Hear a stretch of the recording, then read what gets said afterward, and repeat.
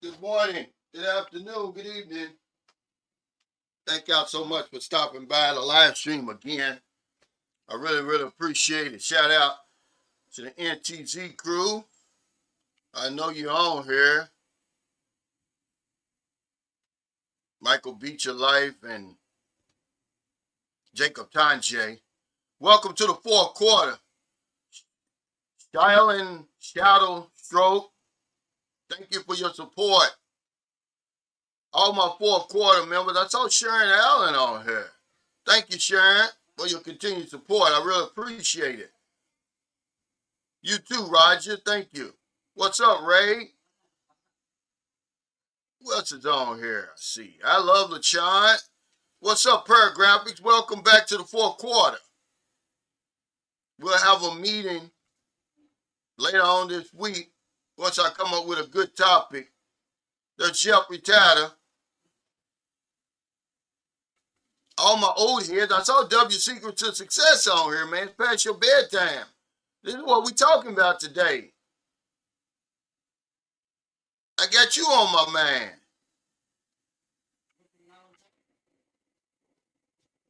What's up, Thomas? All my old heads, man. Thank y'all, man, for y'all continued support. Any new viewers and subscribers, it's a lot of y'all. What's up? What time's it, Travels? Doubtful Genius. Anybody catching this on replay? The peso is sitting at about 61. It's 60.94, but it's gotten so bad now with this Iran war, or American war, however you want to call it, that these countries are manipulating their currencies. You see where the yen blew up. I mean, it went a straight downward path. Japan spent $52 billion to correct that. That wasn't enough. Then America chipped in, and they're doing the same thing with the peso. I read an article about it. Yeah, it's so bad now, man, with everything is getting ready to explode. It's getting ready to be a global depression, man, because this fool will not admit defeat. They're just going to keep trying. One more attempt, one more failure. And we all going to suffer for it, man. So get ready. But we always have a topic, ladies and gentlemen. Today's topic is the hamster wheel is killing us. I put a link in the description, the 12 major causes of stress in men. Man, it's a powerful, look at you. You got paint all over you. What it is? It's a great article, man. Read this, guys. And it depends on what article you read. 1 and 2 is going to be, and these are really related. Financial stress and work, the workplace, stress. But we're going to go through all of it before it's all over with. But I want to talk a little bit about the video I did. I uploaded yesterday. Well, actually, midnight today. I warned y'all about dating Filipinos, but no one listened. Remember, it's not about Filipinos. It's about the circumstances surrounding it. Because I'm going to tell y'all something, man. I know why it's happening now. Because we're not listening, but there's something else going on here. We put pussy, we're praising pussy over here as if it's a god. That's why I called it the Pussy God. So welcome to the Church of the Living Pussy God. Reverend Booty Liquor.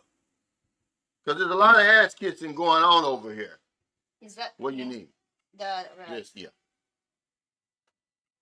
And I want to ask y'all, is there a pussy guy who brings the dead men back to life? Y'all seem to think it is. Who makes the lame and crippled get up from their wheelchairs and run again. Not walk again, run again. Makes the sick well. Makes the blind man see. This is the level of praise that y'all put on the pussy over here, man. Or is this all just weak man bullshit? It's weak man bullshit. You guys are weak for coming over here, bending over and letting and getting fucked over here with no Vaseline. That's all I can tell you. You weak. So I'm trying to help you, but you're not listening. But I'm going to keep on. Maybe if I can help somebody.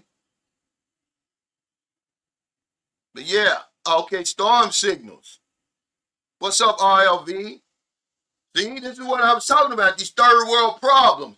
Every live stream, he was just on here 2 days ago, RLV. This is my Filipino connection. Talking about another typhoon. Some more the bad weather. Y'all not listening. Y'all not listening. So I'm just I had to break it down, man, to the very last compound of what you're facing when you come over here. Number one, she's broke. Broke. Dead broke. No job, no prospects of a job. You're financing everything. Okay? My little buddy, I asked him how is he doing, how's his child doing? He just had a son over here.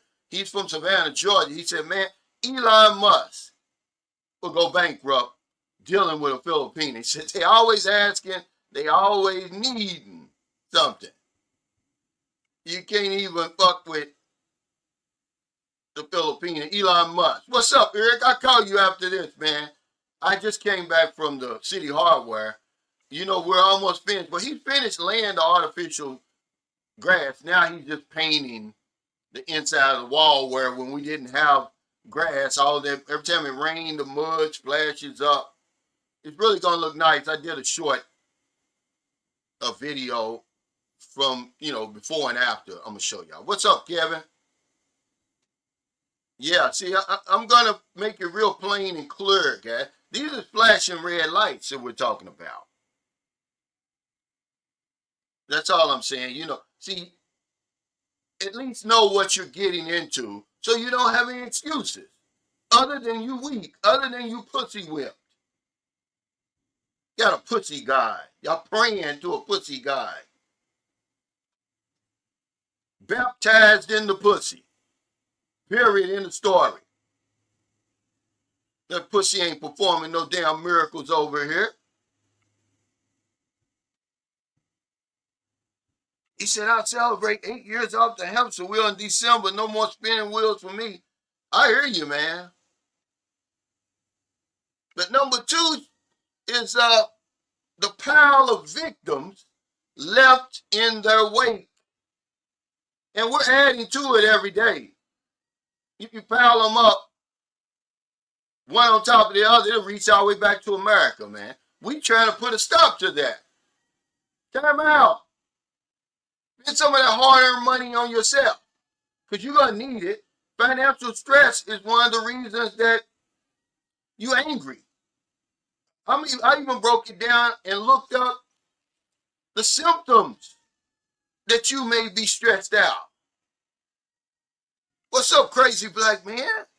He said, salute, Cal. I'm back on the hamster wheel in the morning. I'm sick of the Matrix hamster wheel. Man, listen. I've known this for years, man. I knew in 2007, man. I'm like, I got to work twice as hard to maintain my same lifestyle. And I still had 11 more years to go before I got off the hamster wheel because we're waiting for the right time. There is no right time. There is no set amount of money, man. You're going to keep on putting it off, kicking it down the road. And you look up, man, you're too old. You're going to need the pussy guy then. Yeah, he said the hamster wheel almost killed me in 2023 when I was sub 40 in a hospital bed. 3 years later, I'm in Thailand relaxing, working 2 days a week without issues or stress. Thank you. Thank you. But these guys aren't listening, Sam. They're not listening. Because it's information don't apply to them. They think because a woman put some Vaseline on the dick that they okay. We're getting fucked over here. Ray says it can't go on too much longer because we're running out of missile and ammunition.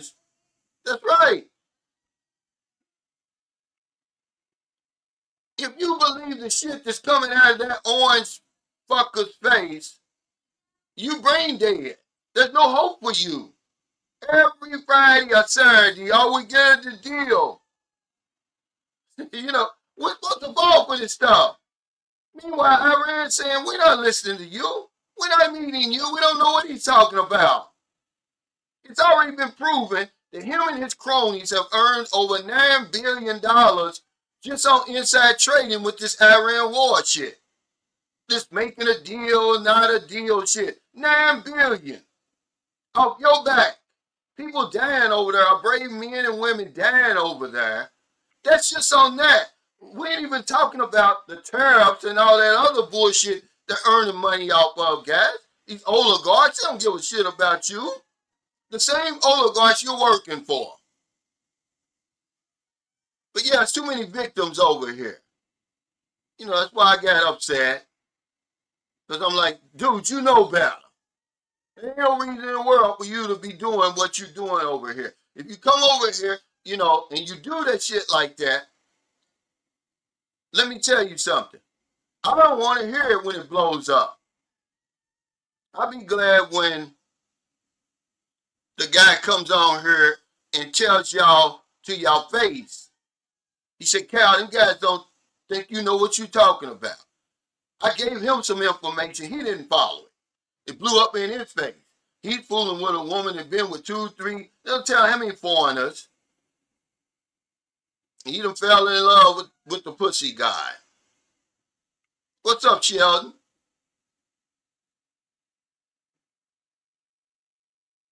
It blew up on him. Now he's so disheartened, he really don't even want to come back to the Philippines. He's asking me about Vietnam. Dude, don't let that woman sour you on the Philippines, man. This is a great place, man. But remember, the only way you can beat the game is to don't play it.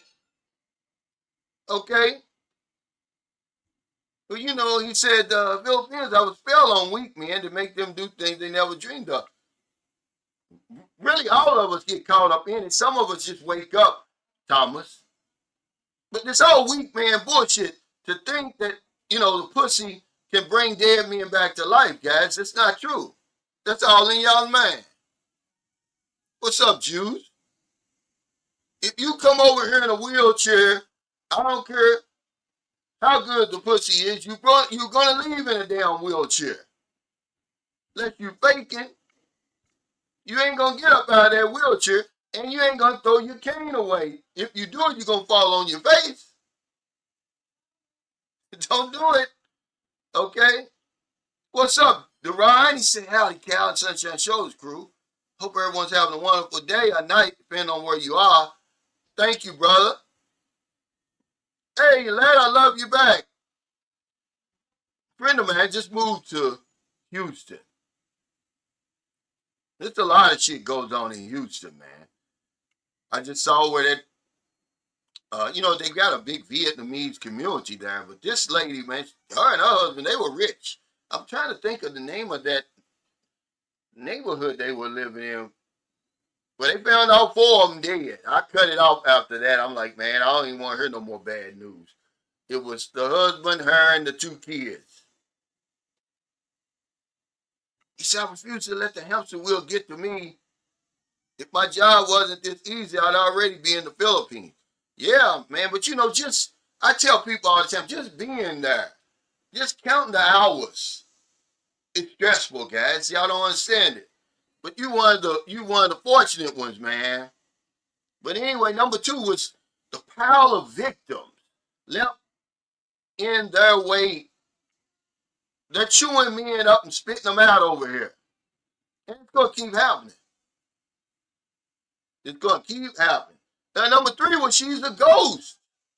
You know very little about the woman, but you ready to build a house. You ready to get married. You ready to give her the visa. You know very little about her. But she ain't gonna tell you. But she gonna be on like a detective on your ass. She gonna want to know every little thing that you've done. With you, because see, we're not interested. Remember my buddy John, may he rest in peace. May he rest in the pussy, basically, what happened to him. That's all he came over here for. He wasn't interested in the country, the people, the culture. It was only the woman he wanted.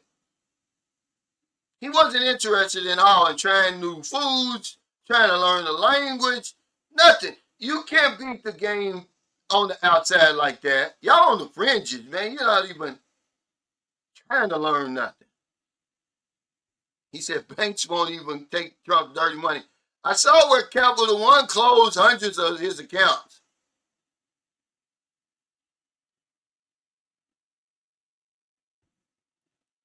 He said, I once heard from a trusted content creator that being an expat is not for a poor man.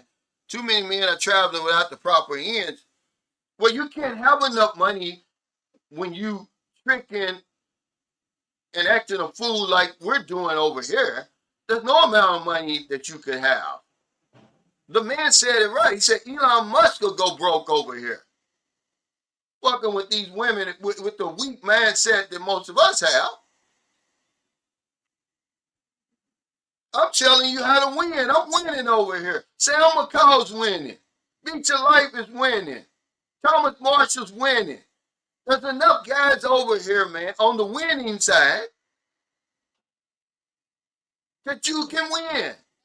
But you guys, man, y'all rushing over here, man, for the pussy, man. Praising the pussy. Praying. Putting all your faith in Reverend Booty Liquor.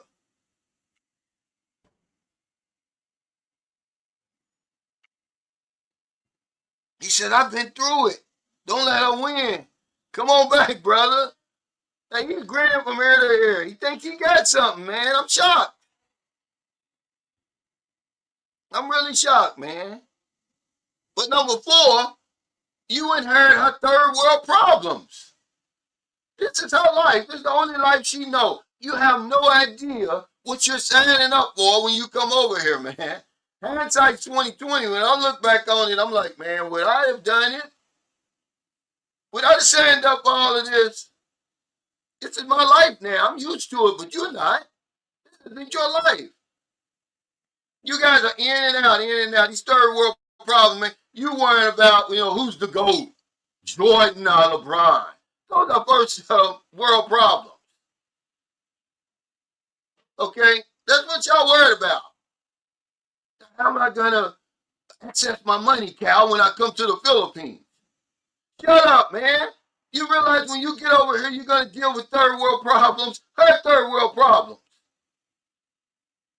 Every time you look up, it's a typhoon, an earthquake, the volcano's going off. You're vulnerable over here. You can't sit back and rest. Okay, they got polio is killing people over here. Well, get stricken with polio in 2026. And you talking about coming over here and getting a woman and marrying and all that. Y'all guys better wake up, man. Third world problems are real. Like I said, 6 months down the line, the woman's going to look different because you feeding her 3 times a day now. I'm not saying she's going to get fat. I'm saying she's going to look different. Going to be some meat on them damn bones. Poor nutrition. 50% of Filipinos over here, adults, have those stomach worms. Come from eating that raw meat out there and then barbecue. 95% of Filipino adults don't have the proper calcium. Because once they get a certain age, they stop drinking milk. See, they overdosing booby on milk, and I told Marilyn, keep her on that milk. Don't stop, because at some point they stop the kids from drinking milk. You know, the infrastructure I don't need a great infrastructure, but you're going to inherit a poor infrastructure. See, it don't matter to me. I don't come to a tropical paradise for the infrastructure. But this is what you're going to inherit. Heavy debt, limited access to quality health care. You're not going to be able to get your prescriptions over here. But you're signing up for this. You're already behind the 8 ball when you get over here. You just don't know it. All you see is a pretty face on the other side of the computer screen. Then when somebody tries to tell you about, oh, it's the gloom and doom channel. No, it's not. It's gloom and doom after you lose all your money. Okay? He said the hamster wheel is killing us. Not you, man. I could only dream of being retired and not worrying about my blood pressure spiking from work stress. We're going to get into it. I just want to beat you guys over the head. I want to embarrass you. So you won't come over here with that bullshit, man. There's no such thing as a pussy guy. The pussy can't do all this for you that you convince yourself that he can. Okay? It bleeds once a month. Some of the women over here, you come over, the guy who married the 63-year-old, it's already dried up, sold up, beat up. Okay, they ain't doing all that you convince yourself, oh, if I just go over there and get me a woman, I'm complete. That's bullshit. You're lying to yourself, man. You're lying to yourself. Ain't none of these guys any good. Duran, don't give Biden no credit. Biden financed the genocide over in Gaza, too.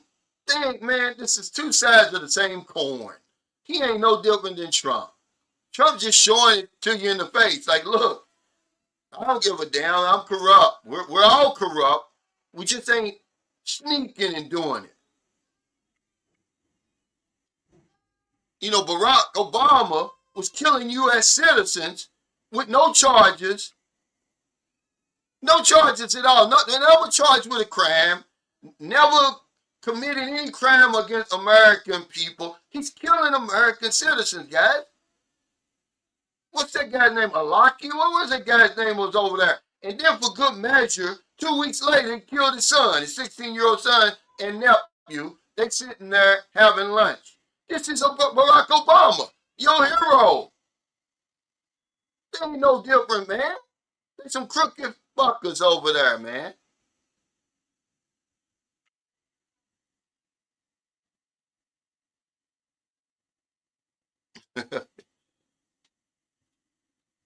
He said the more your financial situation improves, the less stress you'll have in your life. Bullshit. Bullshit. Unless you decide to get a new job, aka a woman, nah. Let's get to that, guys. Let's get to that. Let's get to some good stuff today. Because I looked it up. I said, what's causing the most stress? Because you can never have enough money. Yeah, it's going to lessen your stress. But when we go down here to all these causes of stress, it's more than money. Your job and money's just up at the top. But let's start. They're talking about work-life pressures, the daily rat race, the never-ending pressure to thrive. That's on your ass, okay? So once you get one promotion and a raise, W secrets of success, now you worry about the next one. It says, work and the need to meet high expectations. Yeah. That's all I'm telling you guys. Then it says financial stress, the pressure to earn and the burden of living expenses. See, the bills keep coming, guys. We don't get a break. The man don't get a break. The woman can say, oh, I'm tired. I don't feel like it tonight. I'm sore. You can't do that. It don't matter if I'm sore, if I'm angry, if I'm tired, angry, no matter what, the bills keep coming. That creates stress. Because we're going to find out, we're going to talk about some ways to relieve the stress, But I just want to let you know, guys, because they got something that a lot of you guys are dealing with. It's, let's see, one, two, three. It's fifth on the list. They call it the alpha male theory. You know, that old man up label that you carrying around with you. You're not supposed to feel stressed. You're not supposed to have a problem. You're not supposed to cry and all that stuff. It's killing your stupid ass out there. All them old red pill fools. Dying of heart attacks. You see what happened to y'all's leader over there. And I got great respect for him. I don't talk about the dead. Kevin Samuels. That shit ain't real, man. Okay? That shit ain't real they preaching out there, man, because they're not even living up to it. Look at Andrew Tate, the alpha male of all fucking alpha males, second only to Donald Trump's weak ass. Y'all done got, these are the alpha males that y'all following. Y'all label these guys alpha males. These are clowns. Now he's crying in prison right now, ready to tell on everybody, because he knows his goose is cooked. Trump can't save him this time. But these are the guys y'all following, this alpha male theory. Man, you better cry. You better take a time out. You better learn to say no, have some type of balance in your life.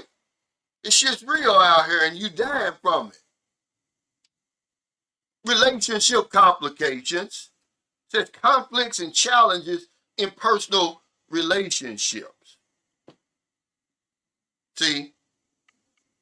And then a lack of relationships, a lack of pussy, a lack of intimacy. But then it's got social and family stigmas. The pressures and the need to conform. So I'm like, well, what are you talking about? Then they're talking about non-supportive families.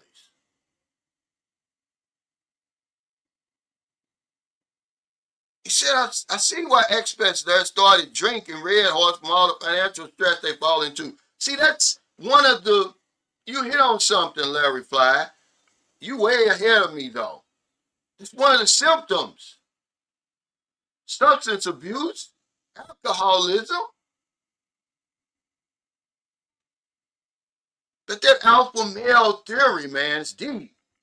Read this article, guys, because one of the things on this list that I've said a long time ago, I didn't even know it's on the list, but I know inside my body, man.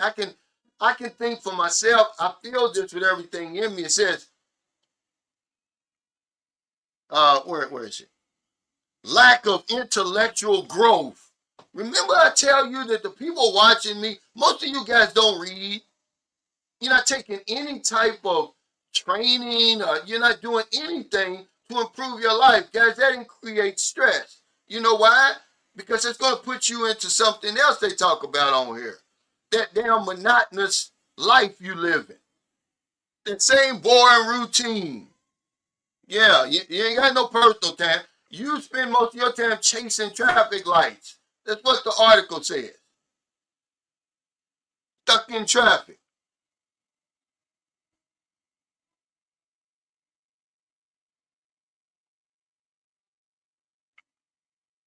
Yeah, Andrew Tate ain't shit. That's why he's locked up. His reign is over. His bullshit is over. People are waking up to all of that. Them old lies and stuff. They got him on tape beating women, fooling with young girls. He's part of that Epstein class. They think because they got money, they can do anything. They beyond the, the law. But yeah, let's talk about comparison. See, we always comparing ourselves. Yeah, keeping up with the Joneses. But W Secret Success says, oh, if you get your money together, that's all you got to worry about. Bullshit. You can never have enough money. Yeah, you might feel a little less stressful knowing your bills is paid, but then the other shit kicks in. Okay? It's like he's talking about medical problems. That's what it says right here. Let me see. Okay. I know it's on here because I wrote it down. But he's right. He said money, health, and relationships are the top 3 stress factors in life. But there's more, man. Low self-esteem. That's why you come over here and turn everything over to the woman. You don't think you can do it yourself. Society's telling you you're not good enough. You even look in the mirror and tell you you're not good enough. You tell yourself that. So you're going to place the responsibility of getting your life together in the hands of somebody who can't help themselves. Make that make sense to me.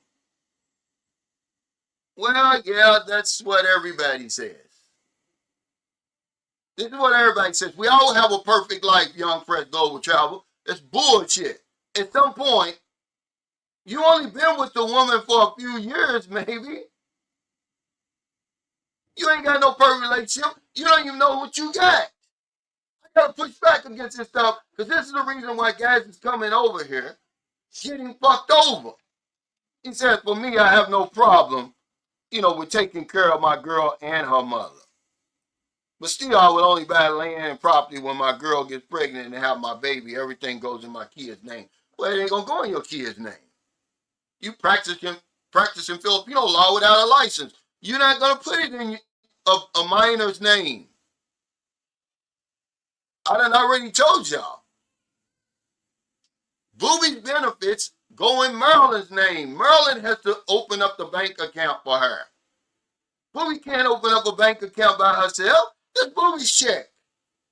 It's the same way with your son or daughter that you're going to have later on down the line. They can't sign no deed of sale and all that stuff, guys. Quit putting this foolishness in your head. Learn the law. When I built the house and everything I do around here with no thought of ownership, I'm living here. Okay? I want to be worth more alive than dead. I already told Merlin when I did it, this stuff is yours. This is for you and the kids. I could live in that apartment around there for 11,000 pesos a month. I want them to have something.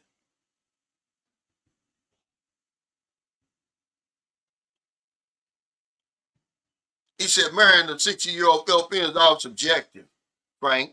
Maybe she has a great personality to take good care of her home. Yeah, right. This is how we justify this stuff. That's all I'm saying. He said, to be fair, the red pill is just a philosophy. It's not really associated with any of this alpha male dating strategies that mainly those PUAs promote. What's a PUA, guys? Come on. Y'all know I'm old. I'm just saying that these tough guys that y'all have made millionaires out of, they fail in themselves. Y'all following a broken strategy. Okay? You're following a broken strategy. Well, they're going to get him. He can't do anything about that.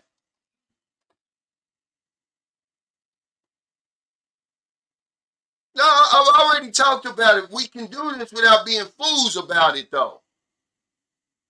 The man made a drop the mic comment the other day about we overpay for everything. What are you going to do? How much money are you going to give the mother? You don't think I take care of Merlin's mother the best I can? She don't need me to take care of her, but do you think I don't help her? But what I'm supposed to give her, 50,000 pesos a month? There's nothing wrong with that. But this is a good question you're asking. How much does it really cost to take care of your girl's mother? Evidently, everything you got, because this is what guys are doing over here. We're overpaying for every damn thing. Because you won't listen. You don't think that people have been over here for years upon years upon years know what they're talking about. He said, so far after living in Japan for 2 years, has been the best I've experienced so far, looking to see what the Philippines has to offer. It has everything to do with who you are. Because wherever you go, there you are. He said, tell me why I can't. I'm just telling you that, first of all, I'm not going to practice Filipino law without a license, okay? But you can put your, okay, imagine trying to, do you really think, who's going to put it in your baby's name? First of all, it's all, you don't even have a baby, first of all, okay? So we're just speaking, why are we even having this discussion? You don't have a baby. Who's going to put it in the baby's name? You? You're not going to put it in there. No. No, he said, why I can't put it in a minor's name? You can't do it. Okay?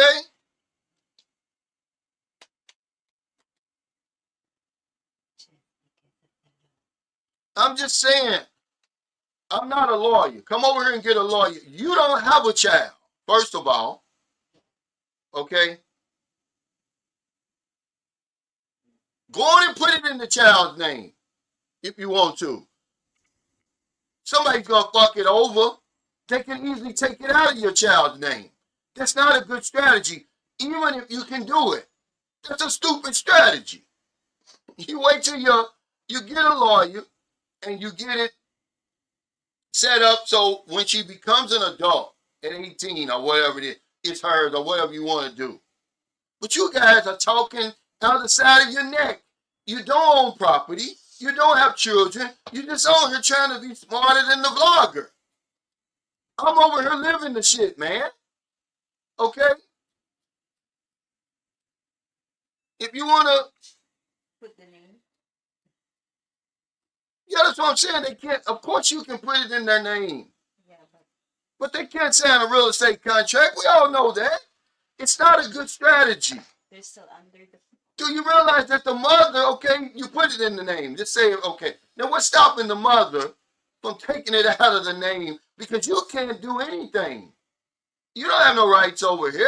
The same happened to.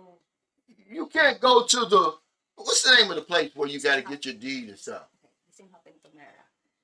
Mira's lot is, the kids is in there. Yeah.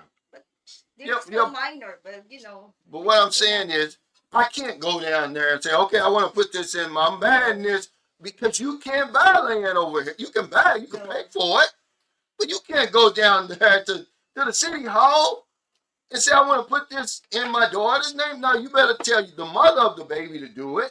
No, you can't do that. They're still minor.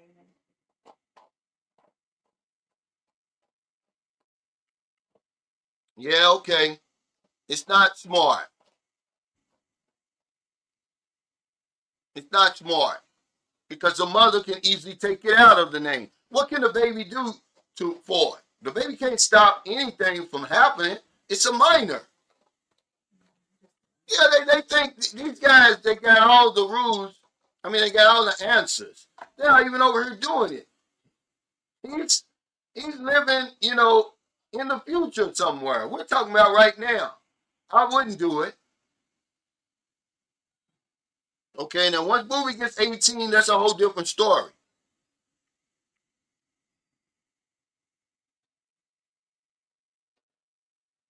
We're telling you, don't start doing this stuff until you have children. Don't even think about doing it. Hell, the government tells you, Q, the woman has to wait 10 years before she's eligible to apply for your Social Security. We're buying houses and lots and doing all this kind of stuff. We just meet the woman. We're just getting off the plane. You causing your own self financial stress. You guys ain't making that kind of money, man. You ain't got that kind of money, guys. Call me a pocket watch all you want. I'm not counting your pockets. I'm saying don't be stupid. It's decisions like this that cause us to be in the jackpot situations we're in. Giving up our Medicare. trying to live two lives, financing shit over here and in your home country. Man, slow down, guys. Slow down. No, you can Google it. I'm not going to argue either because you don't have children. You're not married. You don't have land. You have nothing, dude. So all that stuff that you're talking may be true, but we're not going to argue about it because it doesn't apply to you. It's not a good strategy either. Okay?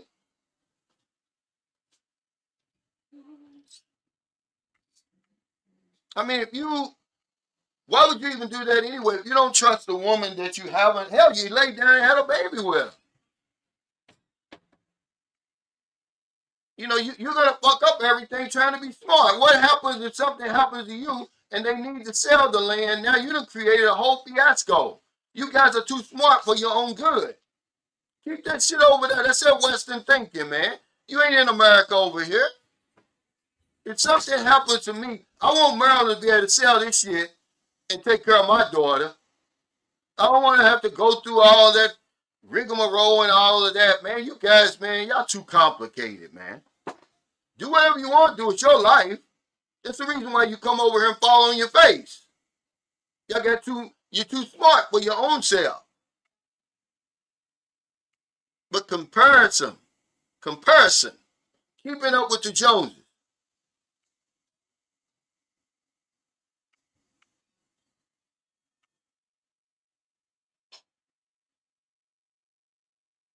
He said, I don't profess to know about anything over there, but I guess they figured out how to move and beat the filtering system on this live stream. Well, really not, because they don't listen. Well, they listen, but, they're hearing what we're saying, but they're not following the information. See, he's figured out everything. He thinks he knows everything to do over here. He hasn't even been with his girlfriend but a short time. He doesn't even live here. He's in an LDR relationship. He don't know what he got for real. He thinks he knows he's got what he's got. Every man on Rafi 2, folks, thinks they knew what they had until they didn't. He's talking about taking care of the woman and her mother. You don't even know the lady. You ain't been with that woman that long to be talking about taking care of her mother. You're crazy, man. You pray, you worshiping the pussy god. That's what you doing. But anyway, future savings. What future savings? If you're giving it all to the woman over here, what future savings?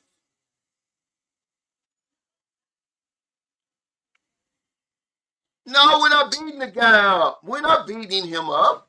We're not going to argue about that. Q, he doesn't have children.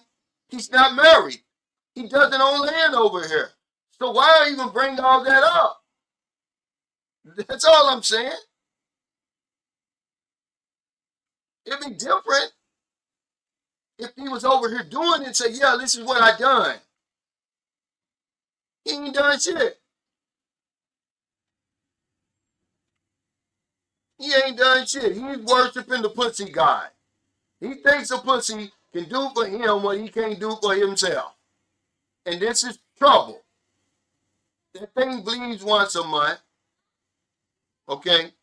And his woman ain't got no special powers. If she did, she wouldn't use it on him. She used it to help herself.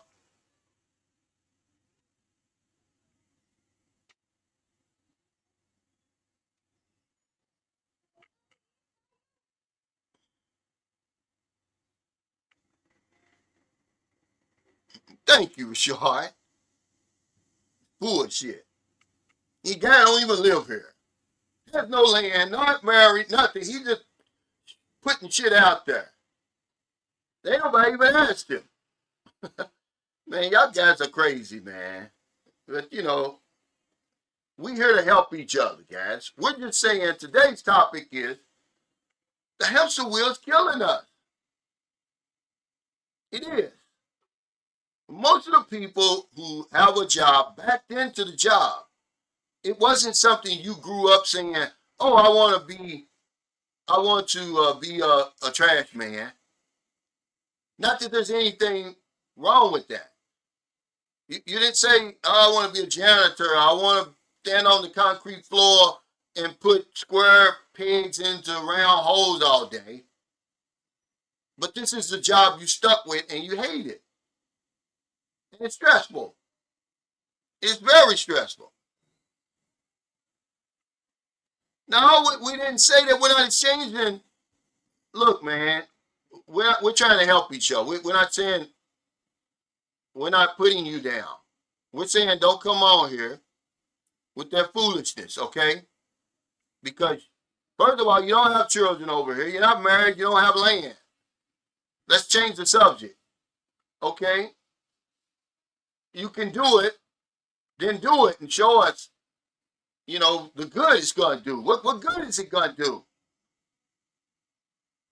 Y'all coming over here trying to be too smart, knowing good and well your daddy didn't put shit in your name. He put it in your mama's name.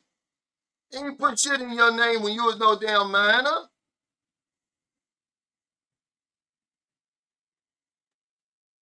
This is all I'm saying, guys. Okay, yeah, put it in Booby's name. Then something happened to me, and now what? They got to go through all of this stuff just to be able to sell the land. Because Booby doesn't have the mental capacity. She's a minor. She can't even buy a pack of cigarettes. But you're going to put all the weight of selling real estate on her shoulders. I'm going through something similar to this right now with the bank account. What's the difference? He said any transaction involving a minor's property requires adult representation and also court approval. Thank you. This is all I'm saying. You can do all that you want. You know, it's not illegal. Thanks, Q, for the super chat. He said, what inspired this topic? Because he said, we went from red flags and Filipinos to the daily stress of the hamster wheel. I thought you was retired. But you're not retired, Q. Most of my viewers aren't retired. And I can talk about the hamster wheel to tell you why I retired when I did. To bear witness of what they're saying, this daily rat race, the never-ending pressure to thrive, was killing me. I'm just starting the conversation. Okay? Remember, Q, I've asked you over and over, don't come on here trying to manage my channel. You got a whole channel of your own. We're talking about stuff that's relevant to people. They're working. W Secret to Success is probably not on here now because he got to get up in the morning and work, knowing he don't want to work. Most of you guys watching this now who are still working, you're not like I love LaChan who says, oh, my job is so easy. I love it. Most of you guys hate going in there. You too, Q. Punching that Amazon clock. Filling them orders. You don't have any benefits or nothing. Okay? You hate your job. You ain't got no hell of a job anyway. You just went back to the United States.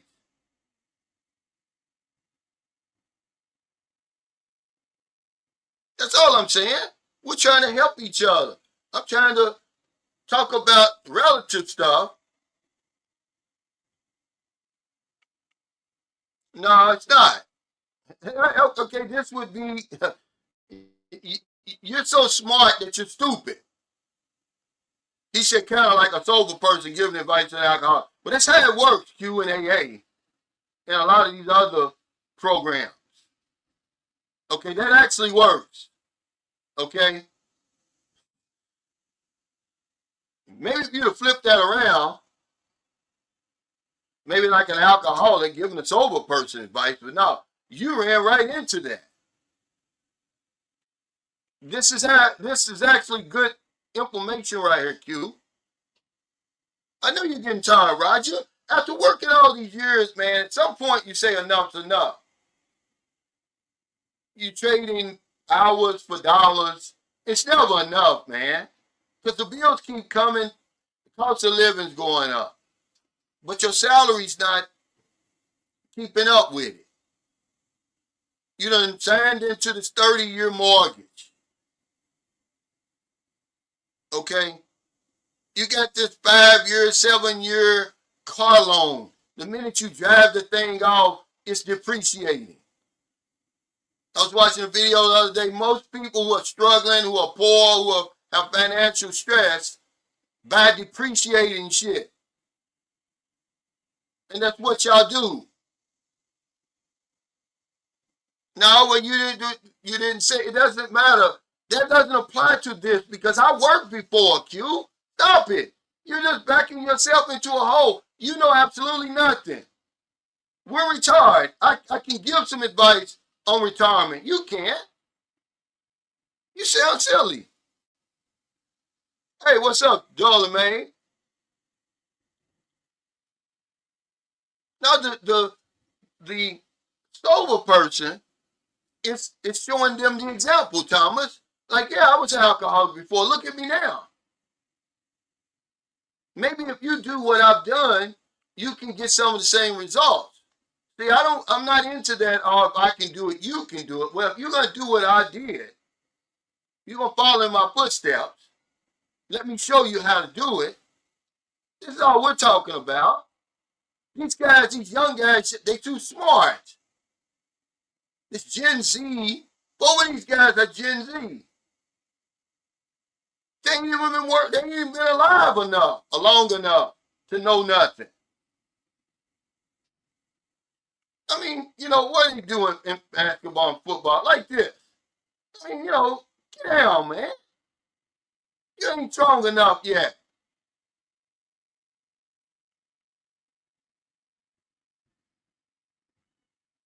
Thanks for the super chat, Q. He says, I need advice on how to retire, man. I'm tired. Help. Dissatisfaction is a great motivator. Are you really tired? Then do something about it. We've already talked about this. Come up with a plan. And then follow the plan. But you got to put your time in. First of all, working 4 or 5 months in America and chopping back to the Philippines is not a good plan. That's the plan of a fool. You're just saving enough money just to go over there, you know, have sex with your wife and come back. You can't save any money like that. You know, and then you won't listen to any advice. You're young. Bring that woman and your son over there to America. You're going to be okay.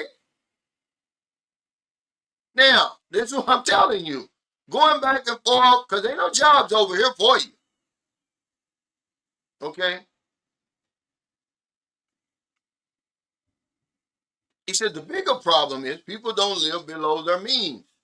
Well, this has a lot to do with the comparison. You know, but the lack of intellectual growth. You guys aren't taking, do you think Q is really reading anything? You think he's really taking any type of training, any type of self-improvement, but he wants to retire on top? Dude, let me tell you something. Nature frowns on the desire to get something for nothing. You got to put your time in. At least you're young. You can start saving right now. That's advice I'm going to give you. And investing right now, since you're young. If something goes wrong, you got time enough to recoup those losses. Me, I'm in the spending stage.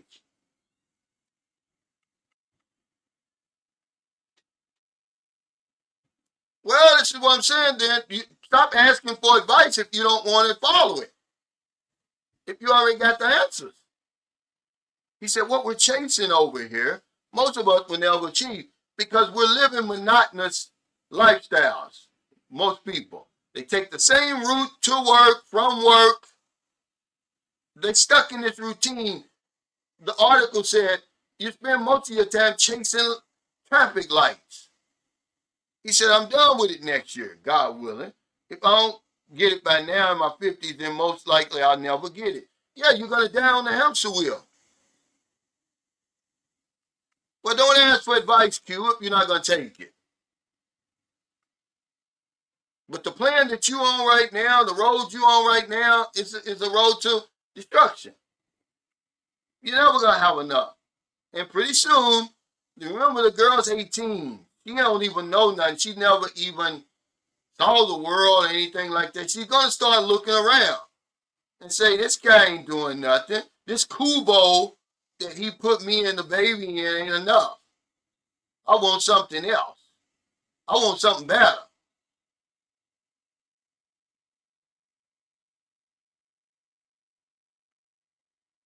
He said only that kind of plan only works for the airline pilot. Yeah, but he don't really want any real advice. He wants the advice that he likes.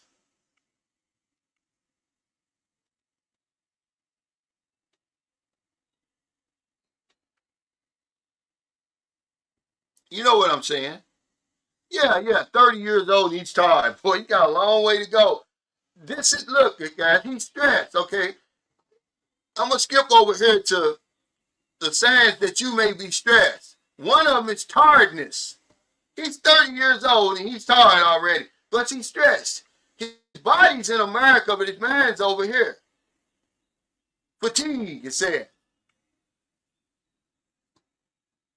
Constipation. The guy got on here and said, hey man, I've been every time I come to the Philippines, because you be stressed on that plane, man. But constipation, it says headaches, lack of concentration, restlessness, quick anger, irritability, eating disorders. Guys be stressed and don't even know it.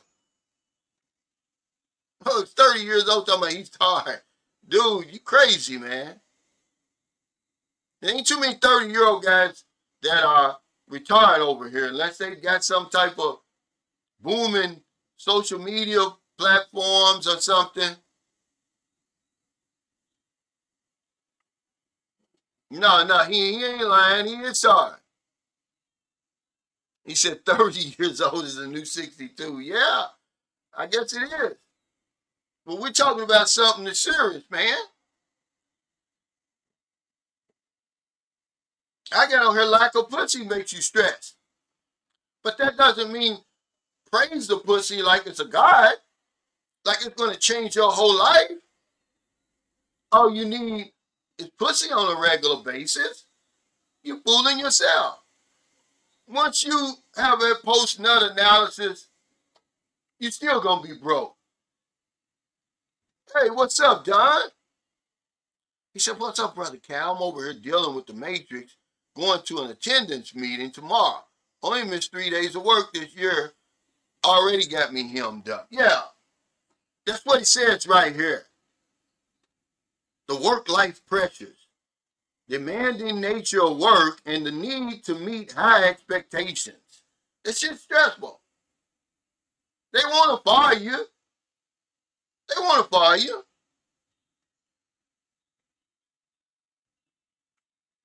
Man, they've been talking this Bitcoin stuff for years.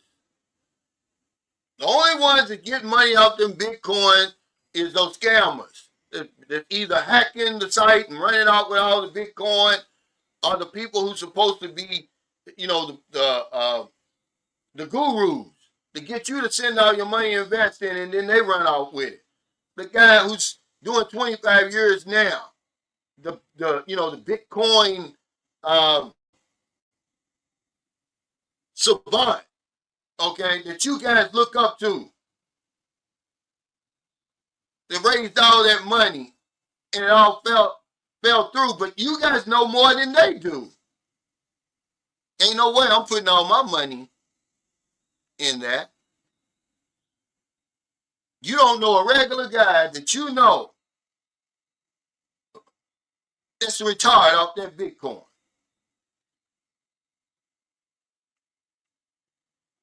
He said, I'm working 2 jobs because I'm on my last hurrah. But see, that's what one other thing that would stress you out, dog and May, long working hours. See, that's associated with the work-life pressures. There's no way I'm going to work 2 full-time jobs. I believe that's why my brother got sick. My brother's in the best of shape, man, but sometimes, man, he was working 2 full-time jobs before and a part-time job. You know, every day he wouldn't work all 3, but this was in his rotation. And I used to just look at him and imagine now, at that time I'm getting high. And I had enough sense enough to know, like, fool, you killing yourself. Ain't that much work in the world. And when he died, he still didn't own his house. You know, crazy, man.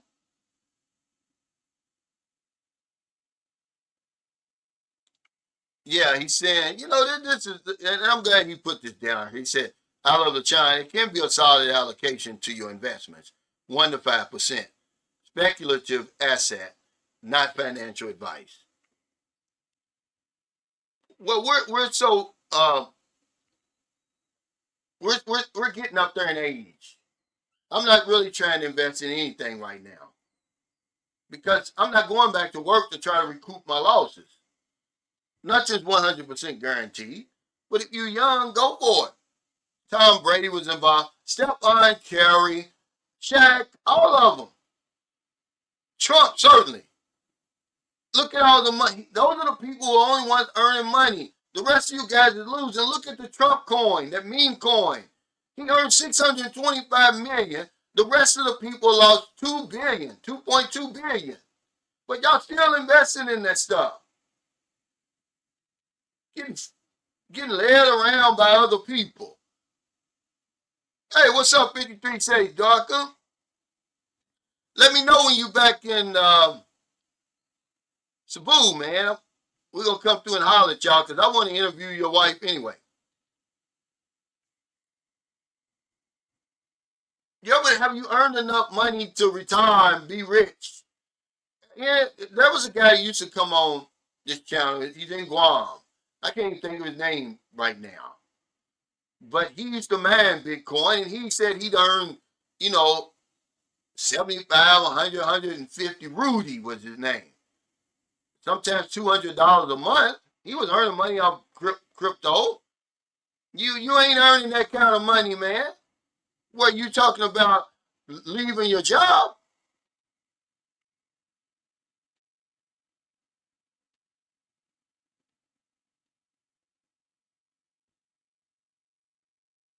He said, yeah, true, Cal. Yeah, working 2 jobs, man, to kill you. Then by the time it's like Kevin Strong said, hell, you're going to have health problems. You're going to go from financial stress to medical stress, dealing with health issues. You know, it's really a circle, man. It's really a cycle. You just, you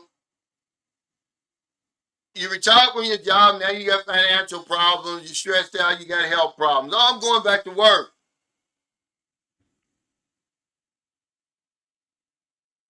One out of 6 people who are retired go back to work.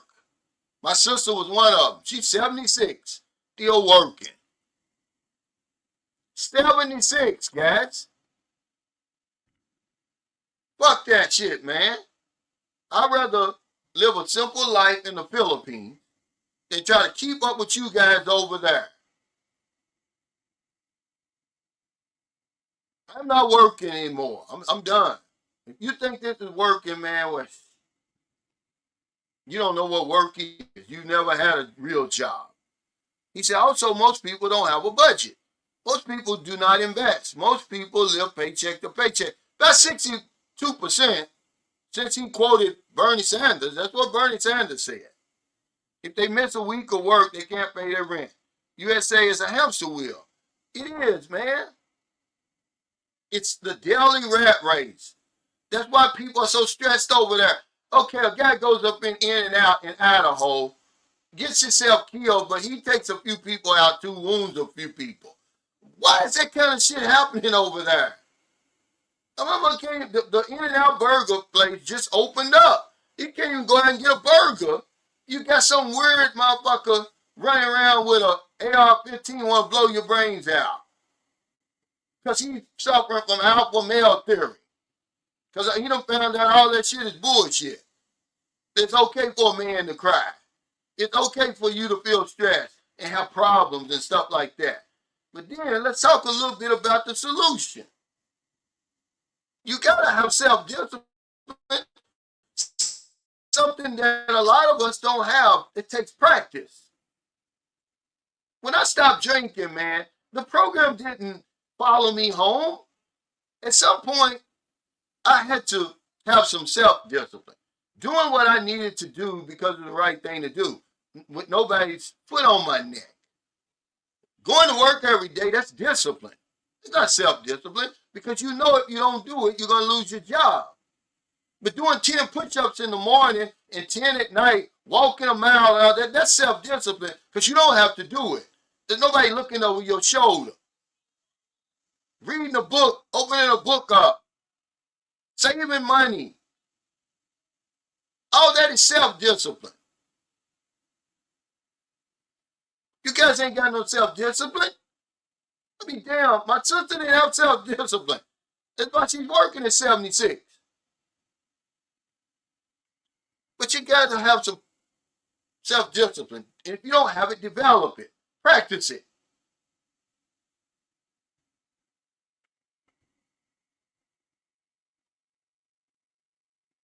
He said, working 2 jobs while you're old will kill you.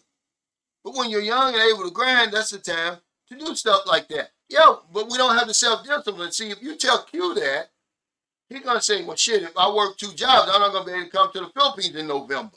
Now, you just got back to the States. What job are you working that's going to allow you to take time off in November, Q? You're going to be in the damn office with Don Ridgway.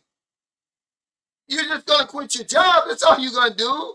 Because you know you can come back and get another Amazon job, another eBay job, putting square pegs in the square holes all day. And then you're going to complain about it. You're going to be stressed about it. You got all 3 of these things going on right now. The work-life pressure, the financial stress, and the relationship stress because your woman's over here.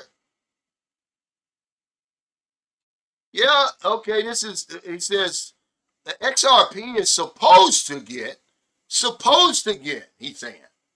You know how long I've been listening to this shit, man? Okay, and be regulated by the IMF and the other international banking systems real soon. You know I've been listening to this I've been in the Philippines going on 8 years. You people thought because Trump got behind it, he was going to give some type of legitimacy to it. He's a crook, man. He's a con man. He got paid off of it.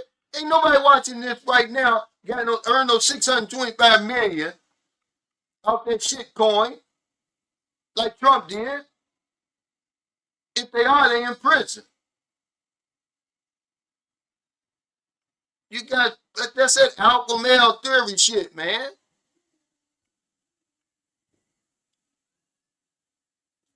Okay, now more years. Wow. Hope you make it, man. Working all them long ass hours. Okay, but here's something else that got you guys all twisted up. Decision making paralysis. It says men are always blamed for not taking a stand between the wife and his parents. That's just one of the things, okay? It says right here, it says, for not choosing between 2 things. We find it difficult to choose a side or make a firm decision. This is why a lot of us are stressed out, man.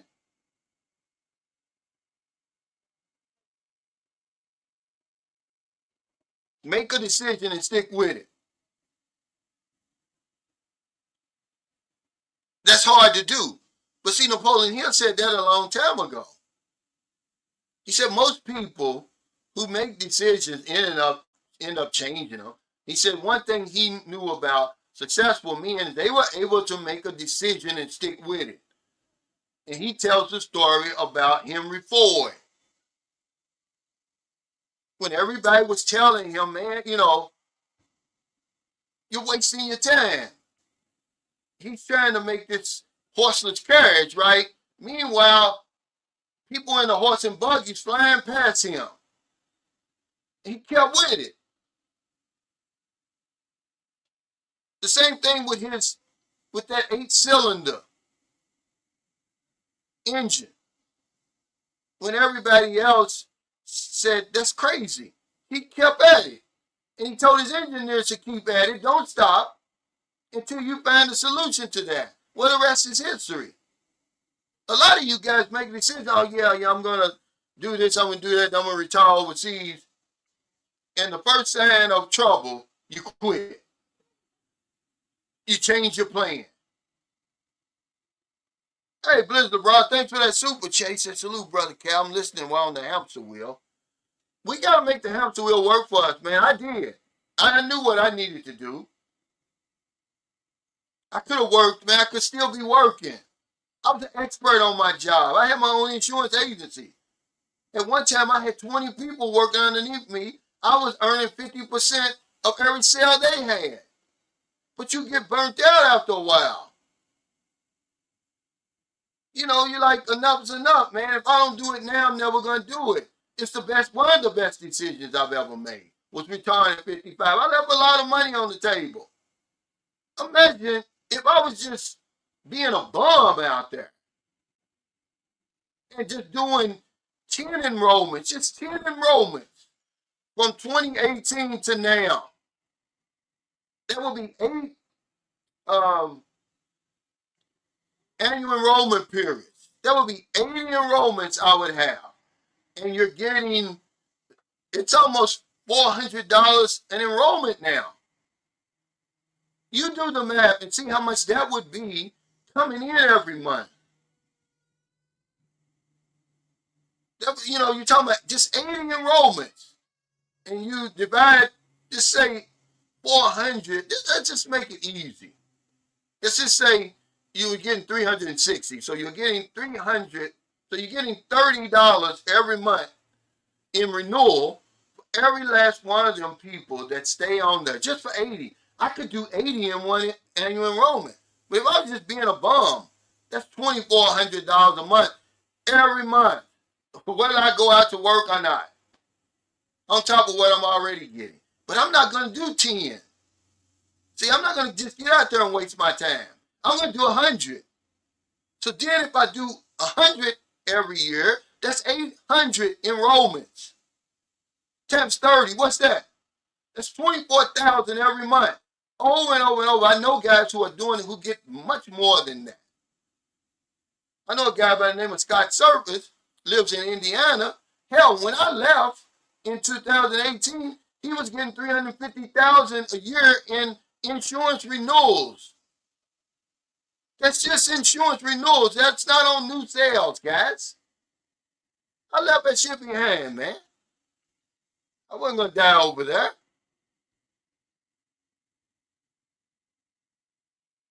Yeah, but you know, you can't get something for nothing, Q. You asked for a plan. He said, nah, I'd rather be a tourist and visit twice a year.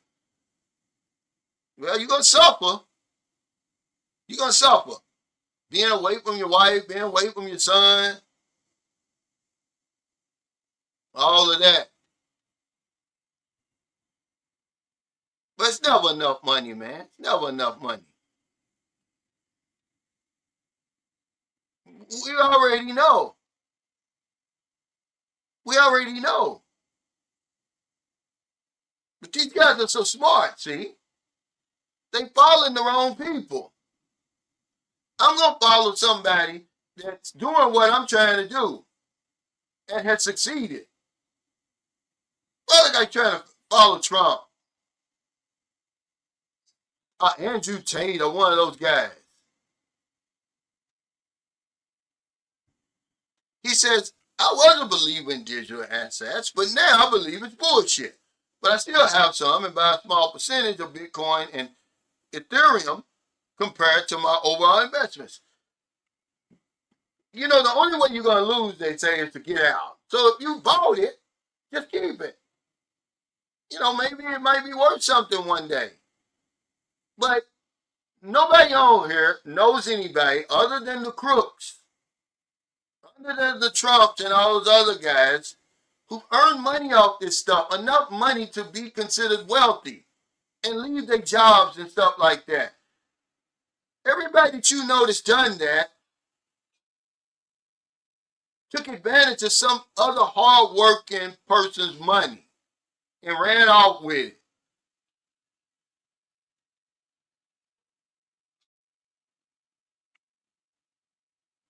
That's all. Hey, what's up, Mopar? Yeah, Blizzard of Bronze on here, man. I was listening to that song this morning. It's a hell of a song. He said Exodus from the Hamster Wheel. Man, it's one of the best decisions, man, I've ever made, man. Stop drinking. Get off that damn hamster wheel. I had a plan. I said, shit. I got a 4-year plan. I ended up just in the little 4 years and just really, I wasn't even working hard. When I came over here, I was getting $1,900 a month. And I really did all that in one annual enrollment period. The last one, I did that in 2017 for 2019 effective date. I knew what I had to do. Well, they're going to miss it, Kevin. He says they missed your gym, Mr. C. Reading and educating yourself about things that will improve your life. I bet 95% haven't read a book since high school. Dennis Kimbrough said 57% of Americans never pick up another book, let alone read it. And then the other 80% never get past the first chapter, Kevin. But we want all these riches and stuff because of the social media era and the comparison. We see these other people doing it. It was like, well, hell, he didn't go to high school. He's not doing any type of self-improvement. Yeah, I don't have to. I'm going to try to do what he did. It's basically like hitting the lottery. You know he ain't doing nothing to improve himself. All he's doing is sitting around waiting, counting the days down until he can get back over here to the Philippines. Lying to them people at work. They got plans for him beyond November. He said, yeah, I'm going to be here. And knowing good and well he ain't going to be here. Knowing good and well he's going to quit. He's not even going to give him a 2-week notice.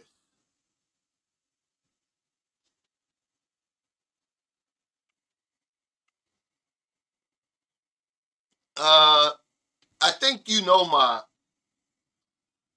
but you're wrong about this. This is just on here, guys. I get animated. Okay. I was a crack user for years, but that has nothing to do with that. I wasn't high strung on my job, fool. I was this is the guy who comes on here with this bullshit. I was a successful insurance agent for 16 years in a row. I own my own insurance agency, fool. I went from the crack house to the penthouse of life.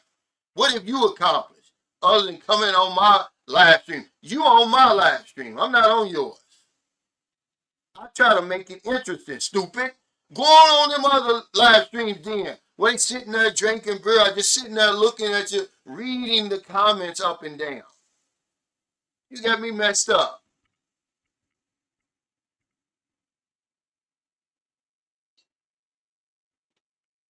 And I know you're serious. I know you're serious. He said, hell, I think I need to take my chance at the casino. Another attempt, another failure. Another attempt, another failure. One guy said his retirement plan was to walk around Walmart with a spray bottle. Which is crazy, but that's what people do because they have no plan.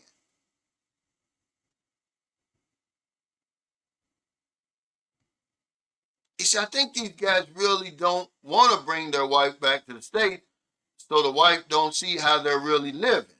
Probably struggling as much as the wife is overseas. This is a great point. This is a great point right here. But see, here's the thing though. But you got to understand, Blizzard, because I've seen this before. No matter how you struggle in America, it's about 5 steps up from what she's doing over here. See? I don't know if y'all have ever seen where some of these women that we cherish and we place on a pedestal, where they come from. I'm not putting them down. I'm just saying this is their reality. But they're going to tell you, oh, I'm with a professional woman. And she owns her own house. Well, what's the house look like? She owns her own business. Yeah. Sorry store with a couple of strands of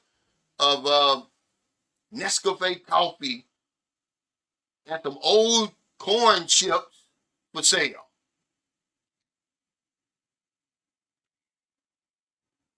Now, you're not going to be struggling. Even if you work a minimum wage job over in America and you living in a project, it's a big step up. And what the Filipinos going to do, every last one that I've ever met, not one that I met in America didn't do this. Take that opportunity and run with it. Take that opportunity and run with it. If you're not going to do nothing, she will. She'll lift your ass up. I haven't seen one Filipino go over there and sit down on her behalf. I'm talking about just my experience. I'm pretty sure there's some that went over there. The husbands don't want them to work and all that stuff, right? Now, every Filipino I ever met over there, once they got to America, they hit the ground running. They trying to work without the documents. You know, you're like, hold on, slow down. You got to wait. If you take a woman over there on a K1, she got to work 5 or 6 months before she gets that dual card, where she'll be able to travel and work while waiting on her green card. They be trying to work immediately.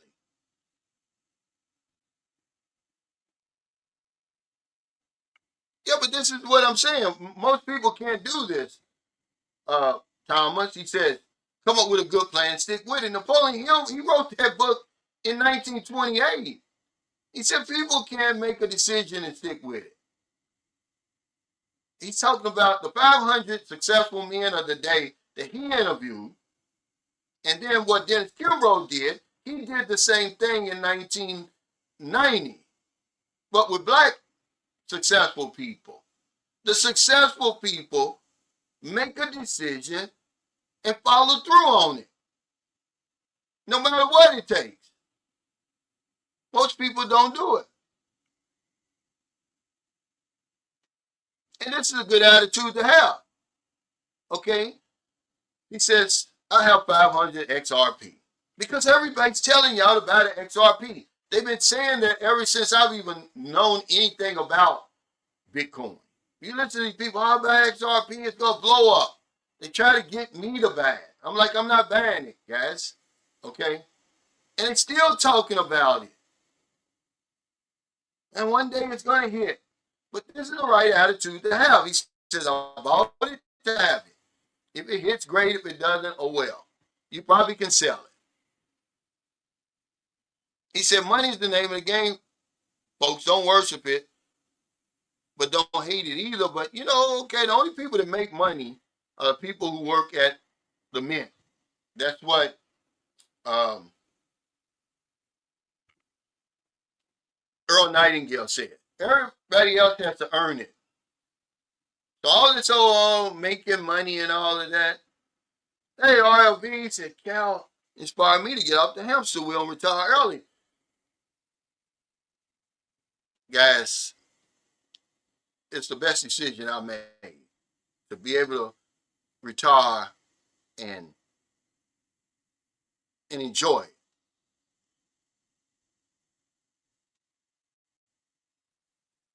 He said, yeah, well played, yeah. But even though that, if you're struggling in America, man, I'm telling you, man, to them you're gonna be balling, because there was a Filipina. She was married to a black guy, but her friends were married to. Now this black guy worked at Ford Motor Company, had a nice brand new truck, lived in a middle class neighborhood in America. You know, owned his own home and everything. He didn't have any kids. He's single. Bought her over. She got 2 kids. One of them special needs. Well, her friends, the circle of friends she's hanging around, they're married to doctors. One was married to a guy who owned his own construction company. I'm talking about a rich guy. These people lived on farms, big ass houses. So the 3,000 square foot house that he had all of a sudden wasn't good enough for this woman. So she ended up coming back to the Philippines, and guess what? She lives in a kubo, just like the one that Q bought his wife and son. The same damn kubo with a Filipino man. She let her friends talk her out of it. I don't care what situation you in, unless you living in a crack house, which you gotta understand, Blizzard, you gotta have a certain income to bring her over anyway. Don't miss this point, guys. You can't just say, okay, I'm gonna bring my woman over. Now you gotta meet certain income requirements. So once you're a certain level above the federal poverty line, they'll allow you to bring her over unless you've got a co-signer or a sponsor. And this is the ones where if I'm a Filipino, then I got my antennas going up. But remember, they're going to take that opportunity and they're going to run with it.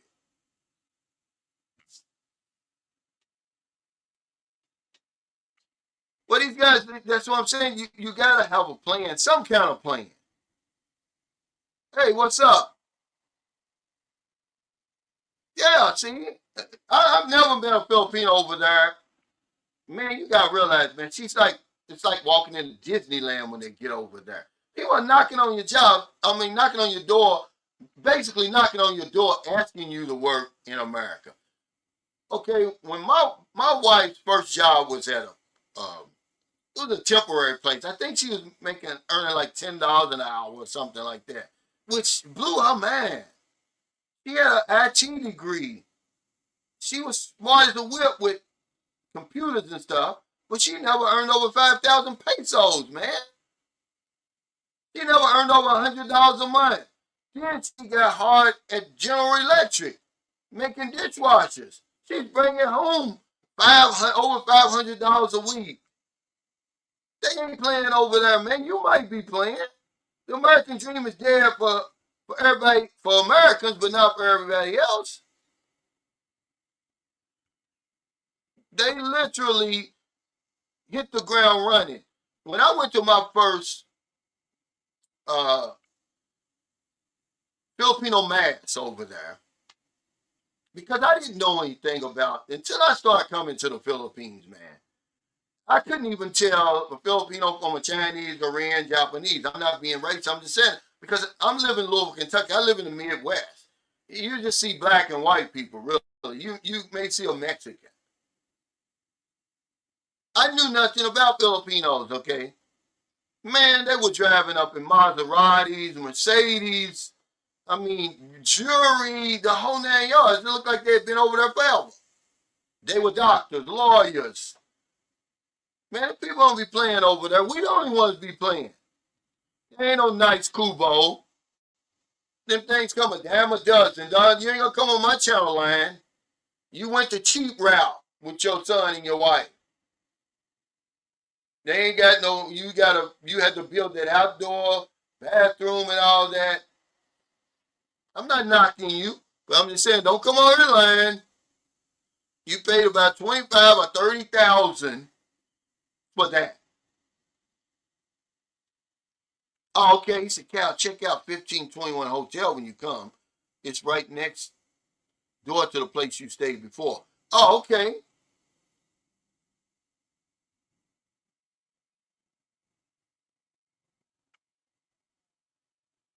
He said, gambling is not investing. But no, don't get over the line. You know you went the cheap route. You cheated your wife and son. Yeah. Blizzard Brown made a point, but hell, she's saying if you struggling over here, I should be looking at you side eye. He said my wife's first job in America paid about $6 an hour, but it was her first job ever. Yeah, but what year was that? That was good money for her. You ain't got no big house. That would be an outhouse for Curly and Shirley. He could at least built them a guest house. for about 5,000. Excuse me. You could have built them a guest house because they got that big lot. He got a 2,000 square meter lot. He claimed he bought it. But then he puts a teeny tiny cubo on there that he paid $500 for. Make that make sense to me. That ain't his land.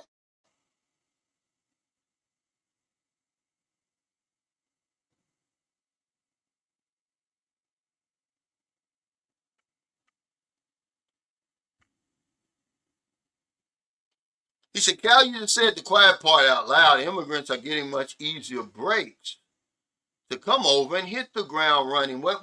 They're not coming over there getting loans now. Don't put words in my mouth, Ahan G. We're talking about coming from the Philippines to America. Okay, where I was looking at a program the other day. They was with all these, here lately there's been a rash of violence in schools. And they were talking about the lack of counselors in the schools over here. And they were trotting out the qualifications to be a counselor in the school. You got to have a master's degree and all of this, so many years of experience. But then, I think 5 or 10 years of experience, but then they're going to start you out at 27,000 pesos a month. Now, you take those same qualifications and you go over to America. This is what I'm talking about. I'm not talking about having it easy. They're not coming over there really getting anything handed to them. A lot of the immigrants that made it over there, man, they pulled themselves up by their bootstraps, guys. Okay? There's always going to be, there's something called universal law, first of all, Ahan G. You do understand how America was founded. So you think that's it? That, those Europeans can go there, kill everybody on the land, put the rest of them in concentration camps. They were called war prison camps before they were called reservations. They changed the language later on. Okay? And that's going to be it. They're never going to have to suffer any consequences for that. Illegal immigration is always going to be a part of the United States in any thriving country like that. But that's not the problem over there. And so don't come on my channel unless you're going to be talking about truth. We know what the problem is. It's run by oligarchs over there. They're robbing us blind. Those rich, powerful white men. It's not those brown people running across the border in Mexico and all those places. Taking your job. You don't got a job. They're taking our jobs. You don't have a job, G. I'm going to do something. Well, I'm not going to worry about it. I know in my mind, in my heart of hearts, there's always going to be illegal immigrants over there. And the people who are telling you not to like those people, and it's their fault that you're in the situation you are, they're the ones who are hiring them. They're the ones who are bringing them over here. But it's okay for these rich people to take their jobs across the border.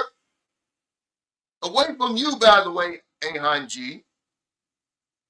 But when the people try to come over to America, you got a problem with it. You're not going to be any smarter. Be careful what you wish for. They get rid of all of them, allow them illegal immigrants, which it's impossible to do. All you got to do is just think for 1 second for yourself. Stop listening to the news, and you're like, do we even have the manpower to get rid of all those immigrants, these illegal immigrants over there? Do we have the money? Is it worth it? Absolutely not. That's a distraction. They can rob you blind. We got a president in office right now who earned $2.2 billion. His first year in office, and you worried about somebody coming over from Central America. Y'all guys are crazy. They ain't gonna make you no smarter. I did something well, I didn't have to worry about an illegal alien taking my job. Step your game up. That's why you should tell Rashard Smith. Okay, you worried about the wrong shit. Hey, Q, thanks for that super chase. I'm not cheap. You guys are just bringing your Western thinking to a jolly bee economy. That's why guys get robbed and go broke. Y'all are to blame. Overspending and want to flex on the next man. No, we're not flexing on you. I'm not going to put my son in a damn wooden box. Is what you've done. And now you're trying to justify it. Okay? That's all you're trying to do. When all you had to do was spend $5,000 and you could have built your wife and son a decent place with inside plumbing, electricity, Wi-Fi, aircon, and all of that. Okay? No, you went the cheap route. You claim you spent so many millions on the land, and then you turn around and spend 500 on the shelter. Now, which is the Q? You claim we're bringing Western thinking to a jolly economy, unless you're lying on that video. Okay, you said you bought that land. You said you bought that 2,000 square meter lot for $2 million something. Man, you guys think we're stupid. Get over here with that foolishness, man. You're just being called out. That's all. Yeah, he done gave him an outhouse in 2026. He done built his family outhouse, but he claimed he spent $2 million on the land. That would never make sense to me. Because he's lying.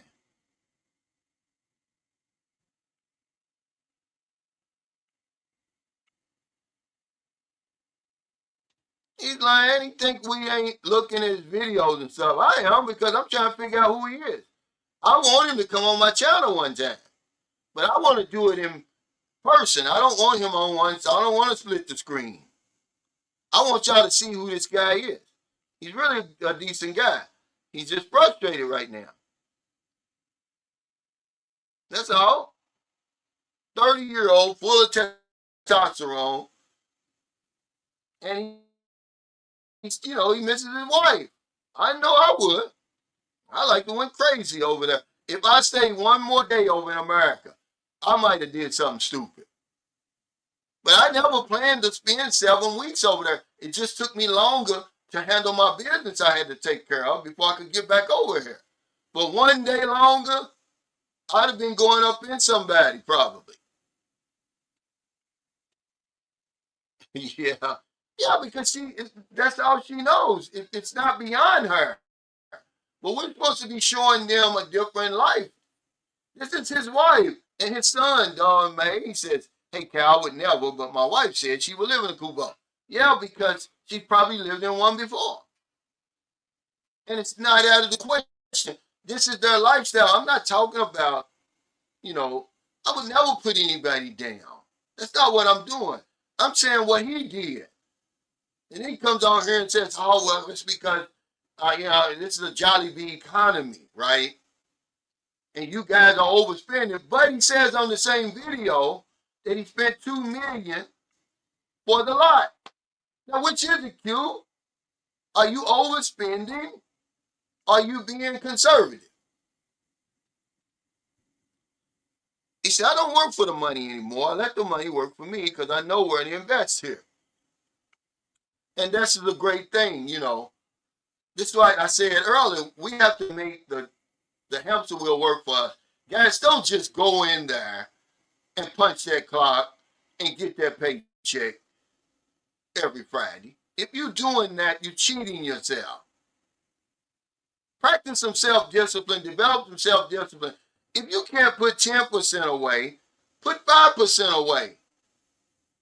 The last Airbnb we stayed in Elo, the book was on the shelf. It was called The Richest Man in Babylon. That's what he's talking about. Pay yourself first. before you go out and do anything. When you get your money, pay yourself first. That's how this guy got rich. But we don't pay ourselves first. And then he says when you pay somebody else first, you're thinking more about them and their family than you are about you and your family.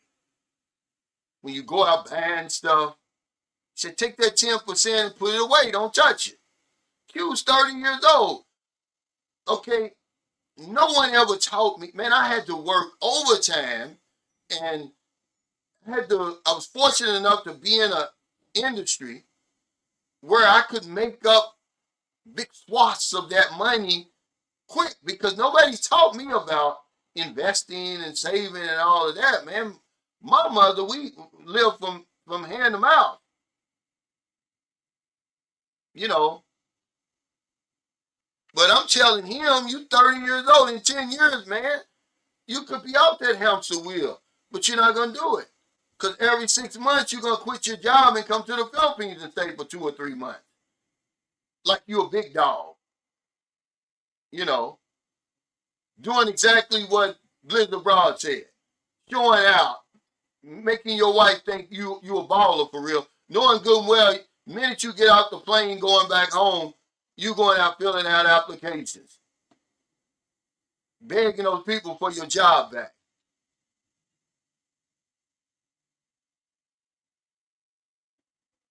He said, no, don't come here to a poor country. I was reading something. It made a lot of sense to me. He was talking about, they did a study. Okay. See, I subscribe to Medium.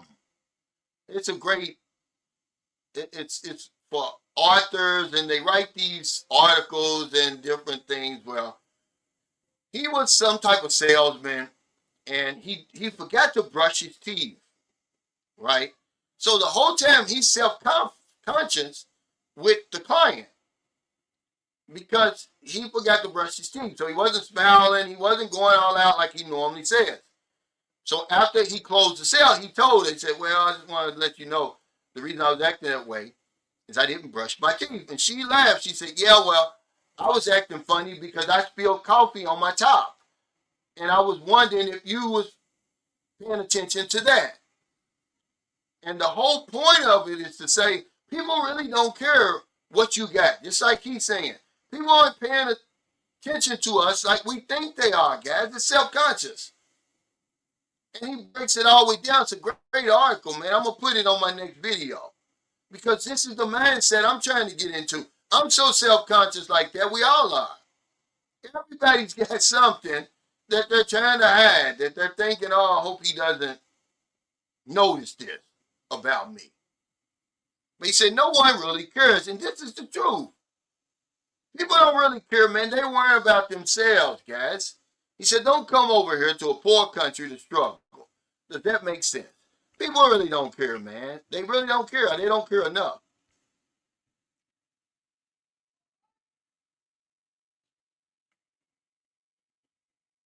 Yeah, you don't have a good plan, man. If you're jumping back and forth, you're never gonna accumulate anything. Your Social Security is gonna be crap if you ever get it. Hey, thanks for Times to Travels. What's up, Ryan? Okay, yeah. Compare your 30. Q, let me tell you something. Even though at 30 years old I was getting high, I've never had a good job. I've only had great jobs. Yeah, let's do that. When I was 30 years old, I was working at DuPont Chemicals. I was earning $1,000 a week way back then in 1993. You're not even earning $1,000 a week right now. Yeah, so yeah, let's compare your 30 with my 30. I was drinking it all up and smoking it all up. Okay. Talking about, stop the cap. Man, you can't carry my jockstrap. Not that I care. Okay, your money doesn't pay my bills. But you barking up the wrong tree, dude. You barking up the wrong tree. There's times I earned over $200,000 as an insurance agent. But I had an agency, though. Okay, I was working 3 months out of the year, spending 9 months over here. No, you foolishness. No, no, that's not all I get. You crazy. Okay? Nobody talking about somebody. Now you're gonna take it personal. Now you're gonna try to come on here. You don't know what I got. I got freedom. That's what I got. True freedom. Okay? But I told y'all a long time ago, this guy here is gonna be a troller man. Eventually. I told y'all that a couple of years ago. He comes on my channel, uses all my comments and all of my material. He wants to be me, is what he wants to do. But you don't know what I got. And everything I got, I earned it. I worked for it. Okay? Just let's see something. What he is about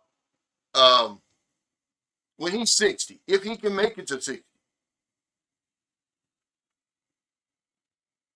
Hey, what's up, Endless Pursuit? He said he was talking about you, Thomas. It doesn't matter. You know, you coming on here getting real slick.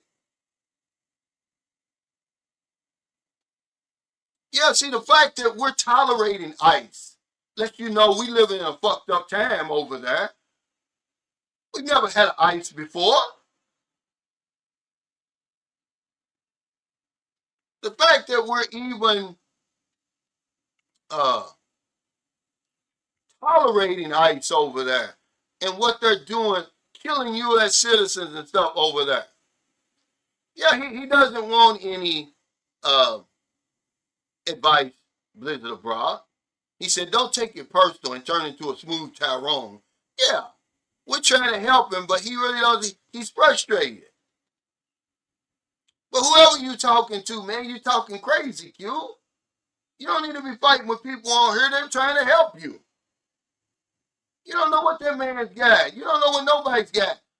Only what you got. Okay? You're 30 years old. You haven't paid your dues yet. Come up with a plan. But jumping back and forth, your life, but jumping back and forth every 6 months to the Philippines, then starting a new job and whatever that you're doing, that ain't going to get you nothing.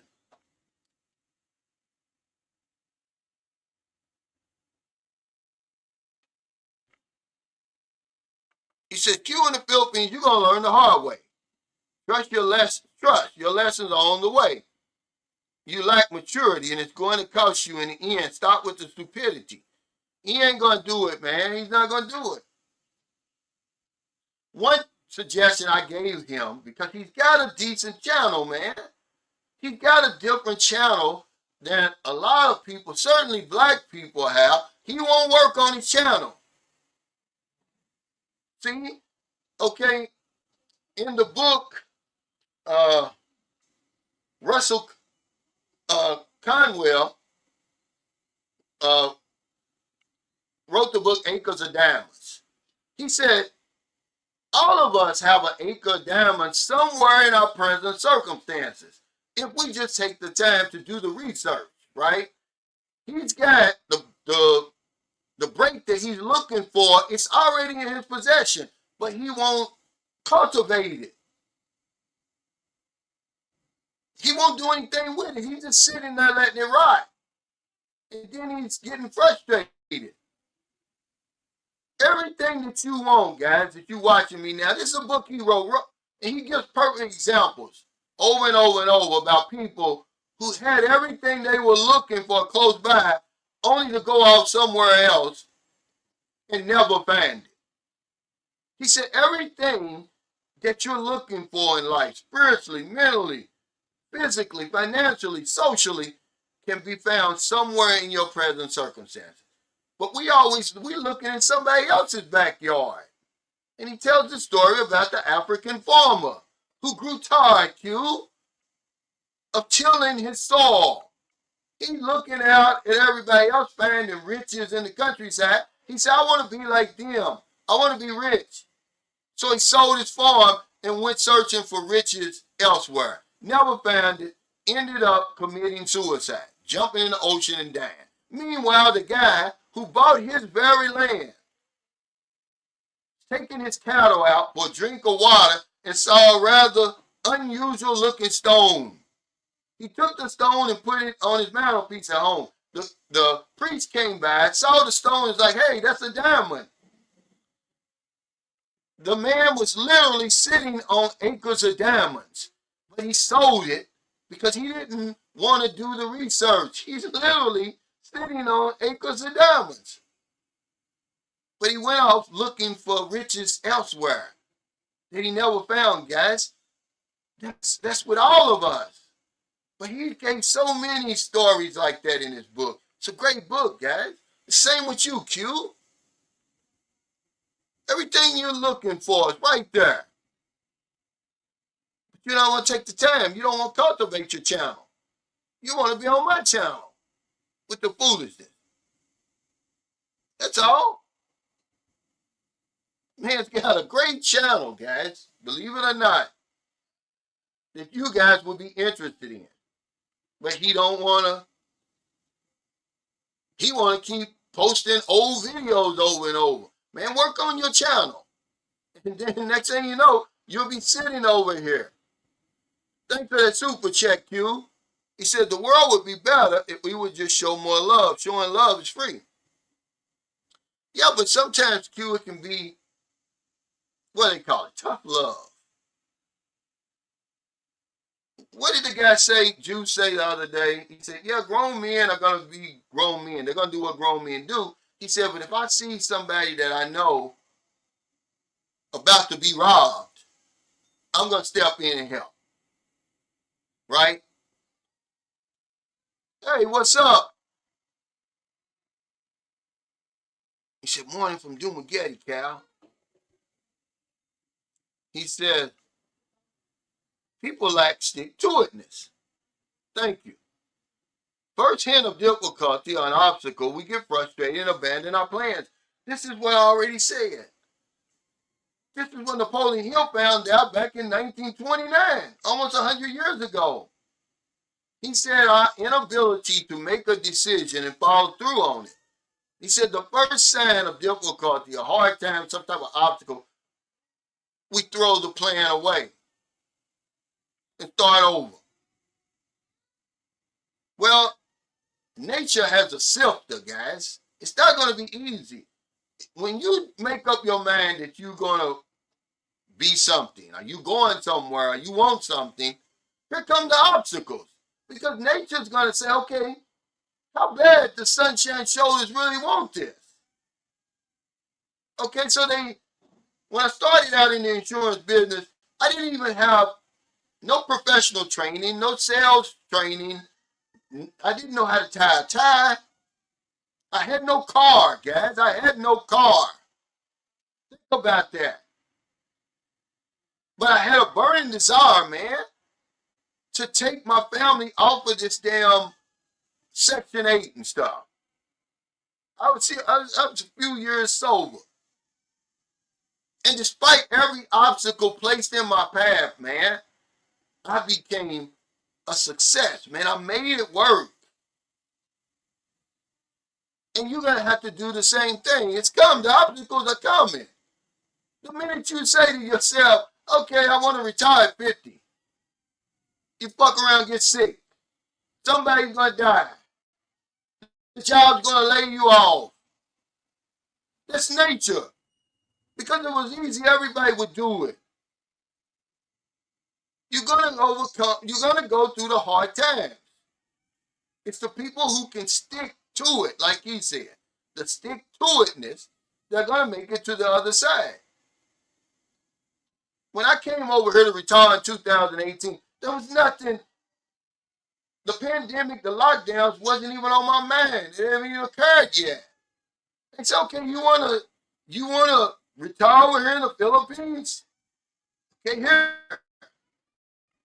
We're gonna shut you down. You're not even gonna be able to leave the house. You can't do nothing. You're gonna tumble back into depression and anxiety and all of that. But I've been through it all before. I know when I'm in the sifter, guys. You got to know when you're in that damn sifter. So many guys that came over here.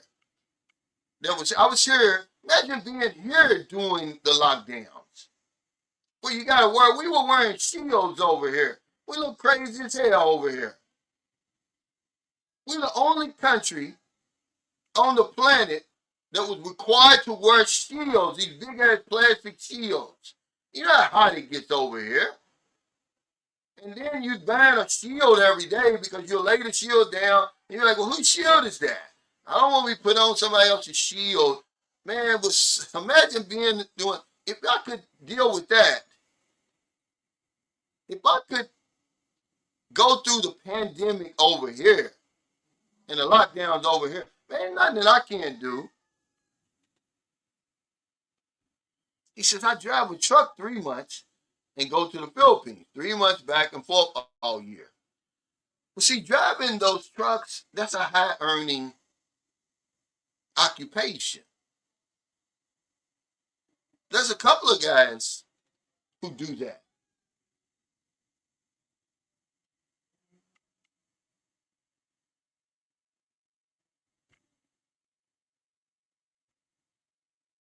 You know, he said humans should not pass judgment upon others. Your treasure is different from another man's treasure. In the Caribbean or Caribbean, aged rum is a treasure. In Mexico, aged tequila is a treasure.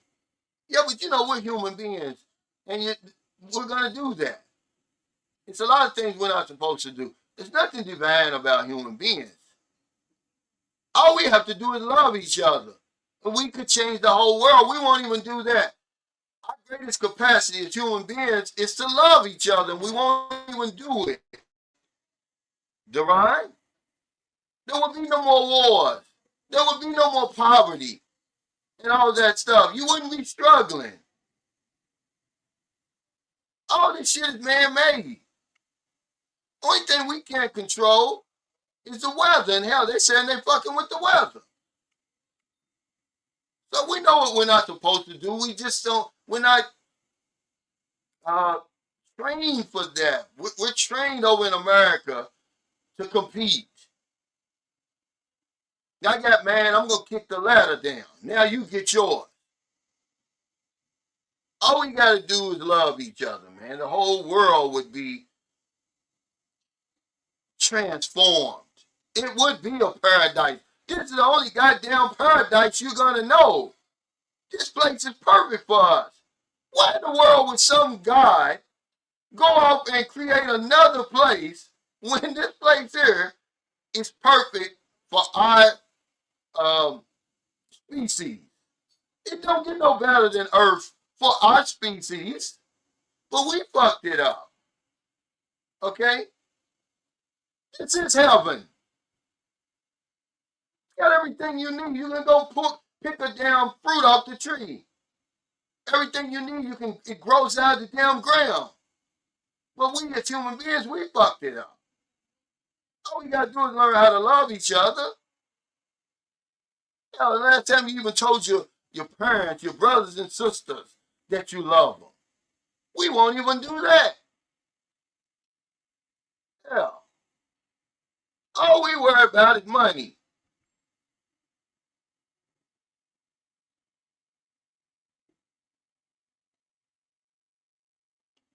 He said, see, this is crazy. Uh, he said, I watch it. He thinks he knows everything. I watch his channel, eating rice and eggs for breakfast. Yuck. But you know, I really enjoy his channel because it really is different, man. But he won't work on it. So tell him when the last video he made. He could be talking about how he feels now that he's in America versus his life in the Philippines. He done just forgot about his channel altogether when that could be the vehicle to take him to where he's trying to go. Thomas? But it's easy to get frustrated and angry and point fingers and all that and blame. When they say what? What you got? 4 pointing back at you? He said, I had an epiphany as a teenager. Brains beat bronze almost every time. I joined the military, became a scientist. Doing a job no illegal immigrant or anyone for that matter can do without doing the work. Thank you. This is all I'm saying. But we're in America, remember? It's we're not the good guys. This is the biggest disappointment of my life. Is when I learned that we were not the good guys, I was taught we were. We're actually the bad guys. But we'll tell you that it's the immigrants the reason the economy's messed up. And the United States is not the way it used to be. And you got people in 2026 in the age of information who actually believe this. We know who the problem is. The oligarchs over there, they're robbing us blind. It's always been like that. Then some politicians have a moment of clarity and they say, hey, we got to put some laws in place to stop these people. And then the other crooked ones come along and remove the guardrails. And that's where we are now. It's these rich, powerful white men who are the problem in the world today.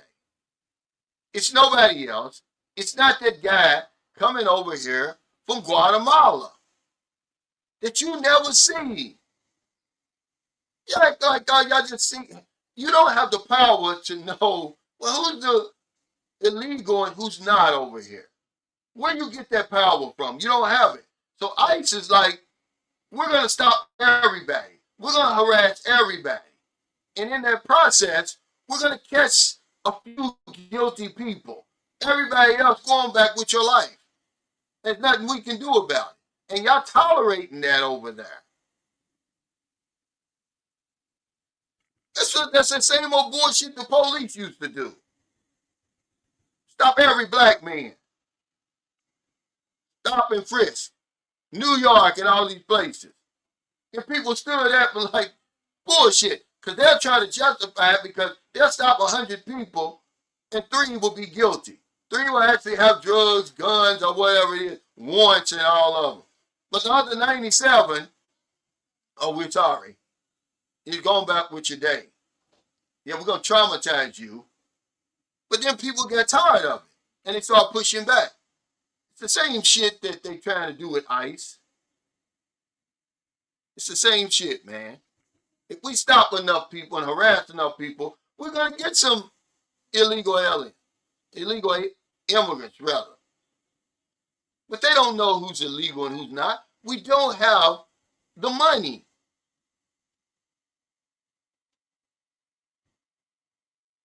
This is true. He says no matter what country you travel to, stress will be there. Learning to manage it is important. Okay, let's talk a little bit about that before I get out of here. Learning to manage the stress. You got to be able to do something. Something you love to do. Remember the self-discipline. Doing it even when you don't want to do it, but you know you have to do it. Because it's for your benefit.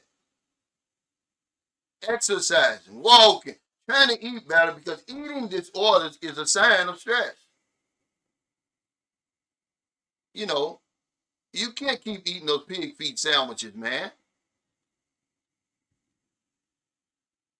We got to find something to get us outside of that monotonous life that we're living.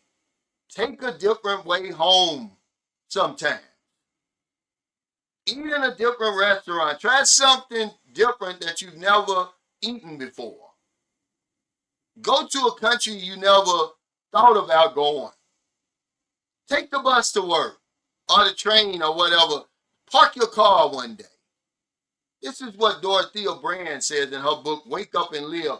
Most of us are living these monotonous lifestyles. We're frustrated. We're angry, man. Excuse me, because you get caught in this routine, you don't know how to get out. Well, it's real easy. Do something different. He said Stevie Wonder's song Love's in Need of Love Today is more poignant now than when it came out in 1976. I watched a great documentary. They calls it, in about a 5-year period. I forget what they called it, where he wrote all that great music. This guy, man, went on a roll that's never been equaled to this day. Songs in the Key of Life. It was like 5 albums. It's like in the span of 5 to 7 years, he wrote all this great music. And in 1976, as a matter of fact,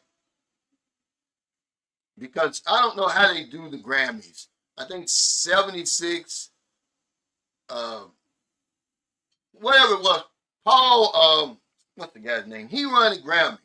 And he was like, and his acceptance speech was,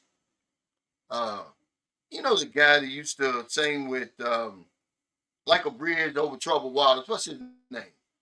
Paul something. Well, anyway, he said, I'm just glad that Stevie Wonder didn't bring out any music this year. And it was in between the album before, it was like a 3-year period he took off, 2-year period or something in between his last album and Songs in the Key of Life. But he went on a roll, man. He said, man's got to know his limitations. He says, it's difficult to love each other when a certain group of people are mentally programmed to hate certain people. Well, it's crazy, man. That the one thing that's like the acres of diamonds. Everything we need to be successful is right here. But we won't use it. We're looking out somewhere else for it. Placing the blame somewhere else. All you got to do is love each other. There will be no games and all that stuff. Yeah, Simon and Garfunkel. What was the guy's name? Was it Paul Simon? Yeah. And Simon Garfunkel. Well, what was it? Well, anyway, he was the one that said, first of all, I just want to say, because Stevie Wonder was winning them all for about best album, best, artist. He was winning them all for about 4 or 5 years in a row, man. In that 5-year stretch, I think it was 5-year stretch, he won so many albums of the year, 12 Grammys. I mean, he went on a tear, man. Go look that documentary up. I forgot what they called that period. But he just took over the music industry. Pop, it didn't matter what it was. Hey, Confident Voice Speaks, thanks for that super chat. He said, what's up, Uncle and Sunshine Show's crew? He said, thank you for the advice. I'm paying myself again since after building the house. Yeah, giving myself 5 years. A plus is that I work in Singapore and it's close to the Philippines. Yeah, but you did the right thing, man. Okay, you've got a daughter over here that has to have a place to live. You can't put it in the hands of somebody else to take care of your children over here. You just can't do it. You have to do it. And you did a wonderful job, man. I know you're taking good care of them. He said, hotter than July. Yeah, that's what I'm saying. It was one of those albums, man. Look it up. Juice. He took over the music industry for about, it was either 5 to 7 years. I forgot what they called it. It's not the genius period. They call it something. Well, Stevie Wonder went off, man. His creativity was just on a whole other level. And during that time is when he went back to Motown and signed that new contract, which raised the level for every other artist. Because they thought Berry Gordy was crazy giving him all that money. He at that time he was getting something like 14% royalty. I mean, it was the richest recording contract in the history when he did it. He set the standard for everybody coming after that. Stevie Wonder wasn't no joke, man. But that's one of the albums. He said, did you hear about Elon Musk and SpaceX? crashing spaceship debris into the moon. It would be the largest known moon crash in history. The USA hyped up about that. No, I didn't hear about that. The guy said that even Elon Musk don't have enough money to deal with a Filipino. It made me chuckle because I just asked him, I said, man, how's your son doing over here? He said, man, they always needing something over there, he said. He said, Elon Musk can even go broke dealing with a Filipino, and I cracked up about it. You got to know this guy to hear him saying that. But, you know, y'all don't, he's 24, but you won't listen to him. He said, Steve is a musical genius. Heard that he's leaving the Matrix and moving to Ghana. I didn't hear that. Yeah, he went off, man, in that, because he came out with that double album of songs in the key of life, and man, it was way before its time, man. People was like, are you crazy? Nobody brings out a double album. He said, well, I am. It had I Wish on it. Isn't She Lovely? Sir Duke. Man, he tore it up, man. I mean, it's a great, you got to look at this documentary, guys. You know, I didn't even know it. You know, I was just going along with the music. We were taking it for granted because we thought that type of music was going to be around forever. They done fucked up the music industry. You know, the guy made the song a long time ago. The day the music died in the 70s. He told the future back then. The music is dead now. These people are so greedy and so angry. They don't want the artists who create the music, who create the magic, to earn any money. So they just trashed it all. They brought it all crashing down. This is who we living amongst now. They want to control everything. They want to own everything. They don't want you to own nothing. So they just said, the hell with the music industry. But we should take it for granted. We just, man, I grew up in the greatest era of music. In the 70s, man. I mean, there's so much good music coming out. Every time you turn on the radio, it was a new song. The Carpenters, Elton John, Stevie Wonder, the Jacksons, you name it, LTD, Earth, Wind and Fire. Now it's like crickets. And you got Chris Brown's the only one traveling around and touring around. Come on, guys. I remember when I was in the 9th grade, I went to see Maze, the Barcades, and Brick. All in the same show. I seen LTD opened up for the Jacksons. I seen, what's the name of the group that sings Always and Forever? What's the name of that group? My man's not working. I've seen them all, man. I've seen them all. Peebo Bryson, Stephanie Mills, Roger. Man, now there's nobody left on the scene now. You got Chris Brown and you got Taylor Swift. That's it. And all of those bullshit ass rap music. It don't even make sense. You know, I was listening to Keisha Cole. Y'all remember Keisha Cole? The years go by so fast. I think in 2010, I think that's when everything was like, just forget the music industry. You want to listen to music, go on YouTube, Spotify or something and listen to the old shit. But she got a song that I remember, man. I played that thing 10 times in a row yesterday. The music was just so good.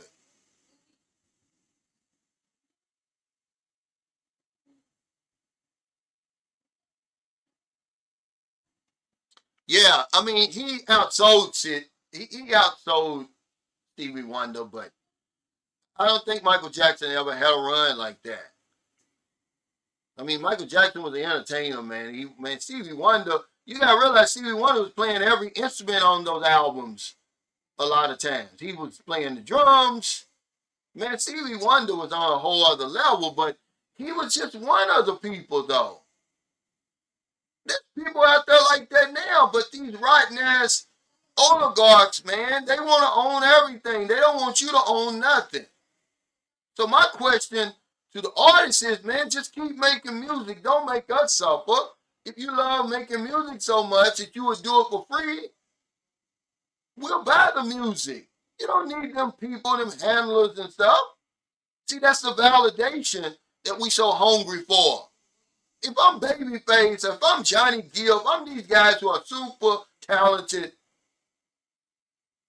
you know, so I'm not gonna make music because I can't get a multi-million-dollar contract.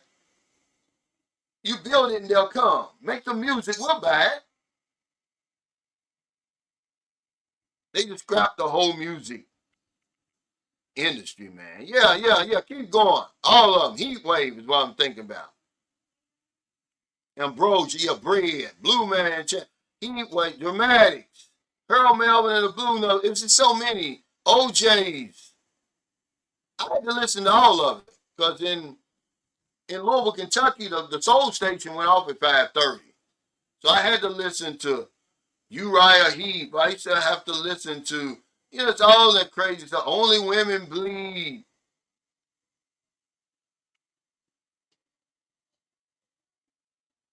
And, you know, just all the Carpenters. I had to listen to all that stuff. Three Dog Night. If I wanted to listen to music, I had to listen to it all. I couldn't just listen to black music. I had to listen to the Doobie Brothers. See, I'm going to tell you, man, I was 62 years old before I realized that Michael McDonald wasn't even a member of the original Doobie Brothers. He represented a whole different era in the Doobie Brothers. See, the music just ran into each other when I was growing up. I didn't know he came in to replace the lead singer who had gotten sick. And he had some songs of his own, and they went off in a whole different direction. You know, I'm talking about, you know, listen to the music. Listen to the music. I'm used to that. Doobie Brothers, and, you know, all that stuff, man, it's crazy. I was 62 years old before I even knew that. I thought he had always been a member of the Doobie Brothers. No, it was just so much music back then. He said Peter Frampton, yeah. It was just so many groups, man. You know, what's the name with Stevie Nicks? Who was that when they? Because you can go on Google and Google the top selling albums. You know, Thriller's still #1, but it's a bunch of them up there, man. The Eagles, they're in the top 10. The Bee Gees with that Saturday Night Fever album, they're in the top 10. Yeah, Paul McCartney, yeah. It's so many, you can't name them, man. You're going to forget shit. The point is made, they killed the music. We would wait, okay, if one group got old, it was another group to take its place. LeVert. Yeah, he said Stevie Wonder dominated the 70s Grammy Awards during historic classic period. That's what they call it. Thank you. Winning 3 Album of the Year awards for 3 consecutive studio releases. Thank you. He won, and it was a stretch of like 5 to 7 years. They called it the classic period, where he won 12 Grammys. He took over the music industry.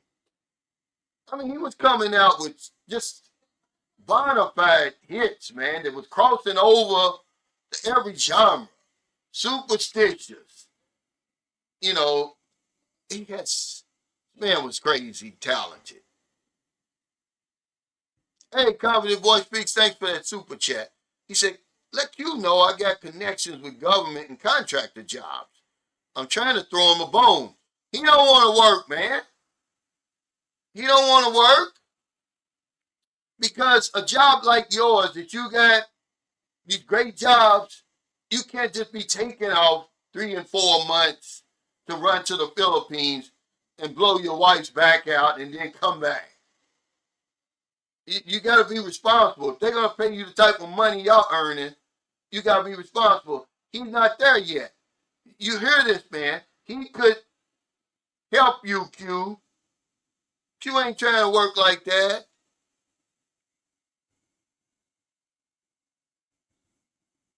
See, I was too busy getting high. When I stopped getting high, man, I had to play catch up. I couldn't work a regular job anymore. I had to work a job that had paid me commission. Because before I started selling insurance, I had my own little business called Calvin's Amazing Things. I was buying liquidations off eBay and reselling stuff. I wasn't going back to a regular job. I had too much time to make up. Yeah, I forgot all about Prince. It was just too many, Johnny. But they destroyed the music industry. Yeah, it was the golden era of music. You know, the 80s, you know, even the 90s. At some point, these rotten fuckers, man, said, you know, we ain't giving these artists nothing. People like Clive Davis, you know, cheating. These are the people. Imagine how rotten and ornery you must be when the people who are creating the music aren't even earning any money on it. It's their handlers. They signing all these old fucked up contracts and stuff, man. This is what I'm talking about with human beings. I mean, it's crazy, man. How we treat each other. It's crazy. He said, "Are they in the Philippines?" If not, I'm not interested, bro. It defeats the purpose. See?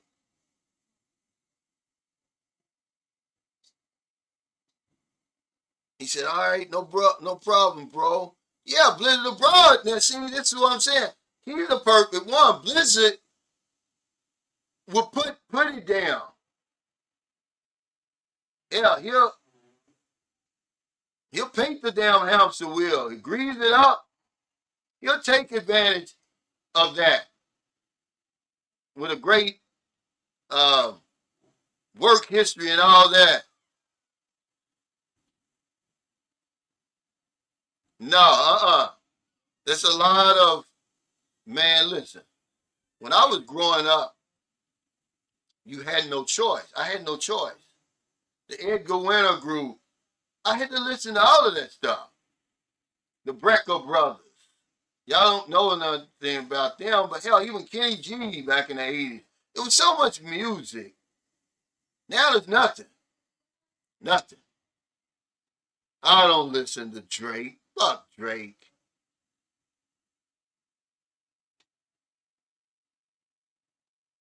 Yeah. Now they're taking all the money from the fighters. This is exactly what I'm talking about, Swizzer. The ones who are getting out there, putting on the show. I mean, they're not even giving a fully guaranteed contract in the NFL, the most popular sport in the history of America. You only got one fully guaranteed contract, which was the quarterback for Cleveland now. What's his name? Imagine that. The most lucrative, the most popular sport in the history of America, NFL, has its own day, Sunday. And several other days, certainly Sunday.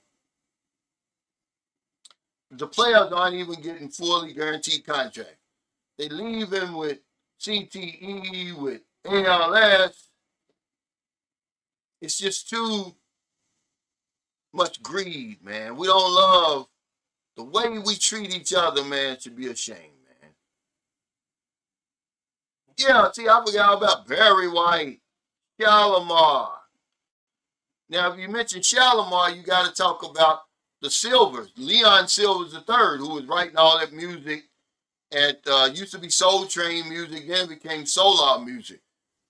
Y'all realize Dick Griffey and wasn't the Don Cornelius started it, but guess what? Remember, once the obstacle came, Don Cornelius, he sold out to Dick Griffey, and the rest is history. Don Cornelius didn't have to stick to it in this, you know, because solar music went on a run. Yeah, you won't even hear the brother out. Yeah, Deshaun Watson. But he's got, let me tell you something. A made up man, Blizzard, is a powerful thing. You're not going to get through. But then later on, he's going to blame everybody but Q. Now, he's not the one that got that fully guaranteed contract. Hell, Shadul got a fifth round draft pick contract. He made his money from the,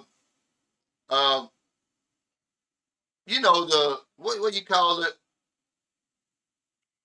From the shirts and all that stuff. His contract wasn't even guaranteed. Yeah, Chicago. It's just too many, guys. But y'all get my point. Yes, Singapore is right up the street.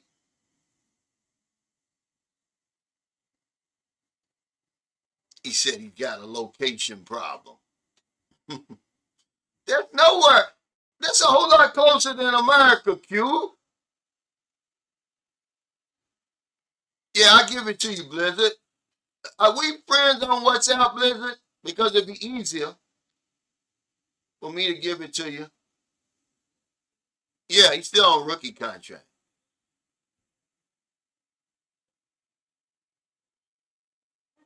Oh, yeah.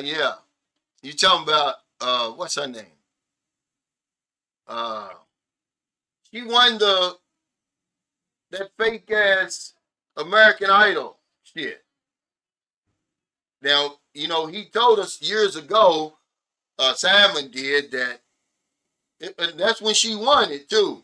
Remember Jennifer Hudson? There was another black lady on there, and then the woman you're talking about. And at one time, they were all three. You know how they put the three with the less votes. One of them's going to get voted off, and people went crazy. They start complaining, calling it, saying, "Hey, it's racist and all that." And Sam was like, "Hold on, this is a reality show. This is scripted." But people didn't hear that part. People didn't even hear that part. I heard it. I never took it serious after that. All these shows are scripted. No, not NIL money. You know when you're a pro, they don't call it NIL. Yeah, it affects a lot of them.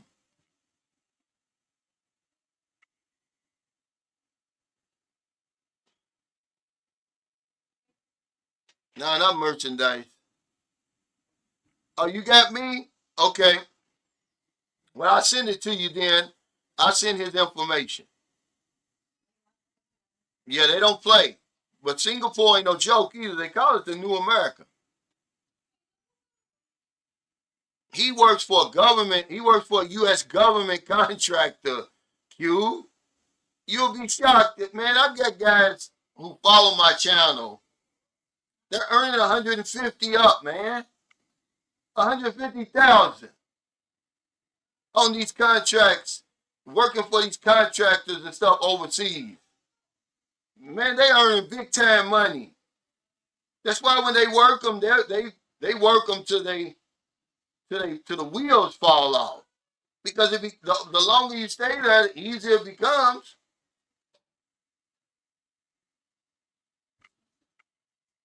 Yeah, Stevie. Yeah, these guys earn a whole lot of money. Thank you. Yeah, endorsements. Endorsements. Thank you. That's what it's called. Endorsements, guys. Sometimes, man, that's a senior moment I be having. But that's part of they say forgetfulness. That's what it's got on here. Forgetfulness. You can't remember shit.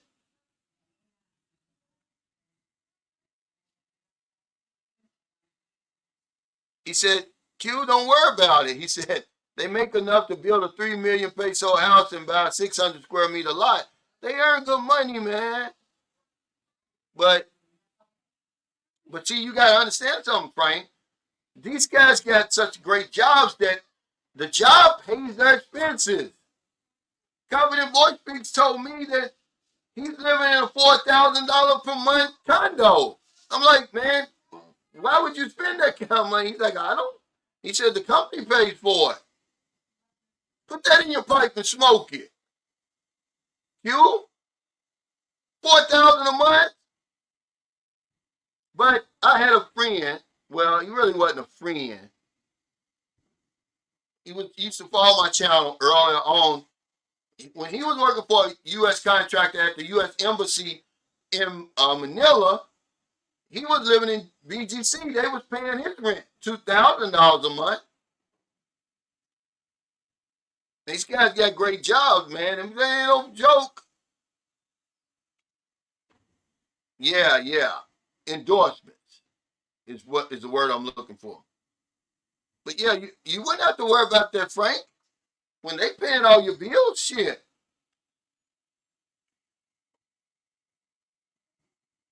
That's the kind of job where, imagine if you in the 401k or something like that. See, those are the type of jobs you can make up in a hurry. If you've been lagging behind, because most people don't have enough for retirement. You know, you've seen the documentary on YouTube talking about is $1 million enough to retire on? Come on, man. How many people you know that's got $1 million in the bank? I got 20,000. Don't get me wrong. I'm not complaining, guys. I'm telling you that I got 20,000 in the bank. I'm happy though, but I'm saying $1 million, and they talk about, is that enough? And I'm like, what in the world? What world are they living in? It's a whole different world, guys, that they're living in.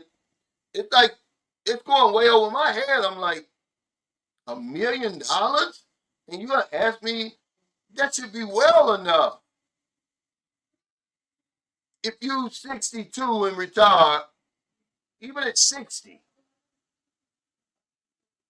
man, that's a lot of money. Because remember I told you the guy that sent the girl, he sent her 250,000 US dollars over here. But he was 62. That money would have lasted him for the rest of his life over here. Now he's down to his Social Security. And the woman had the nerve to tell him that's not enough.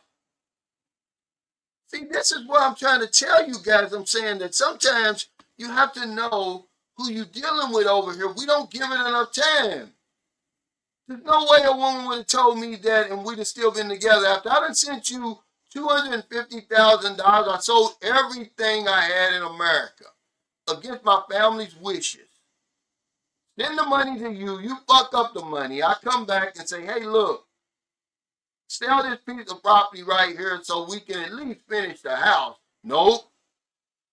He said, we can at least finish the house. We'll still have my Social Security to live off. That's not enough, she said. You guys are going to listen one of these days when it happens to you. You think you know people. You don't know them, man. You don't even give yourself time to know them. The kids aren't his. She got 3 kids, by the way. They're not married. He bought a contract out from Saudi Arabia so she could come home and spend more time with the kids. And, okay, the family lived sort of like a province. Well, they didn't have any way to get out of, they didn't have a thoroughfare. That you have to, because on both sides, it was owned by somebody else, and they didn't want them on their property, so they basically couldn't leave. He bought the property in front of the parents for $1 million pesos. They turned it into a internet cafe, but of course it didn't last. Now the sisters live in there. Okay?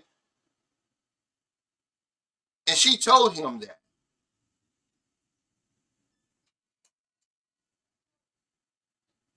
Crazy, man.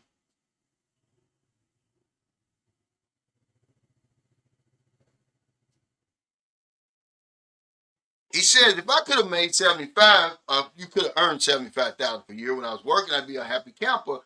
But it's never enough, guys. You know, the more money you earn, the more money you're going to spend. It really isn't how much you earn, it's how much you keep.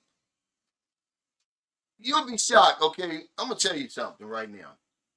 When my son was born in 2012, he was born premature down in Zamboanga City. 350,000, whatever it was, I was 50,000 pesos. I didn't, I, you know, I needed 50,000 more to get them out of the hospital. Don't you know, as a Filipino man who was earning, he was earning 7,000 pesos a month back then. He had the money to give me to get my family out of the hospital. It was like 50,000 is what I needed. I was shocked. What? What happened? What happened? What No, did they say? everything is normal. So what is he saying? No, he explained everything about that. The reason why it's there's a pain in there because there's a ribs for that Oh, that you lifted lifting too weight. much. You lifting too much heavy weights. But I was shocked. This guy, I didn't never in my wildest dreams even think that he would have that kind of money. He had more than that. This guy was a saving savant. Okay? And it's the same way. You'll be shocked at people who have all this money, they don't earn a whole lot. In Think and Grow Rich, a Black Choice, Dennis Kimbrough tells the story about the little cleaning lady. She cleaned people's linen and ironed their clothes and stuff, right? And right before she was getting ready to die, she went to the University of the one down Southern Mississippi and gave them $250,000. She said, I want this to go to some students that they may be able to finish their studies that I wasn't able to finish. This lady saved every penny she had.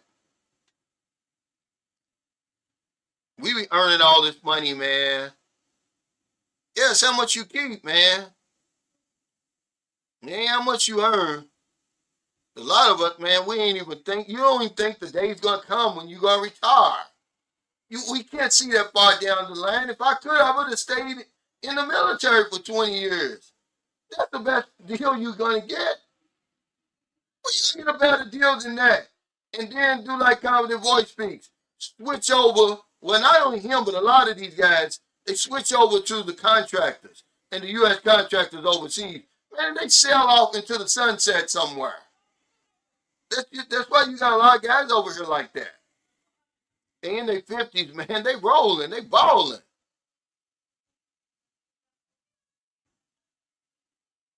This is the truth right here. He says it takes a lot of self-discipline to live below your means. But see, self-discipline is doing what you have to do because you know it's going to benefit you. No one's got their foot on your neck to tell you to go to the gym or drink water, eat more vegetables, eat more fruit, do 10 push-ups. But if you know it's going to benefit you, you got to do it for your betterment. You'll do it. That's self-discipline. He said, don't increase your baseline if possible. This will increase your disposable income. I live on 50% of my income. Very nice area. This is great information because this is what I don't understand.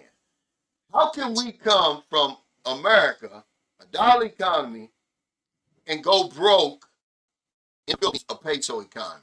I'm going to tell you why. Just like him, like he said. All of a sudden, you 3-star in America, now you come over here and try to be 5-star in the Philippines. No. Keep that same 3-star lifestyle over here and watch how much money you save. You got guys over here, they'll think like this. Well, my rent was $3,000 in America, $1,000 a month rent over in the Philippines. I'm still saving $2,000. Bullshit, man. There's no way I'm going to pay $1,000 a month for a condo or a house or anything in the Philippines. I got friends who are doing this. Their money. I'm not going to do it. But, you know, it's crazy to me. But how can you go from earning that kind of money? That's the whole point of coming over here. So your money can stretch farther. But we end up spending it because we put that 100-pound backpack on. That's what we do. You talking about having a woman over here, that's just a big problem right there. That starts that downward spiral. Because for some reason, she becomes the pussy guy. You start praising her. You start paying your tithes and everything to her. You looking for her to do for you what you can easily do for yourself. You think she's a miracle worker. That you blind, you're going to come over here and get the pussy and now you can see. It's not going to work, guys. You're still going to be blind and broke.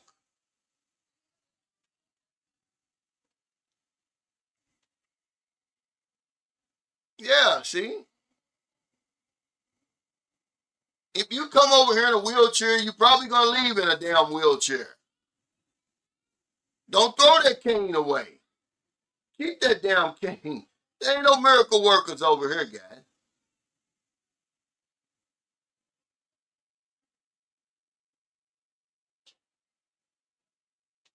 Yeah, that's what you think. They ain't granting no damn wishes.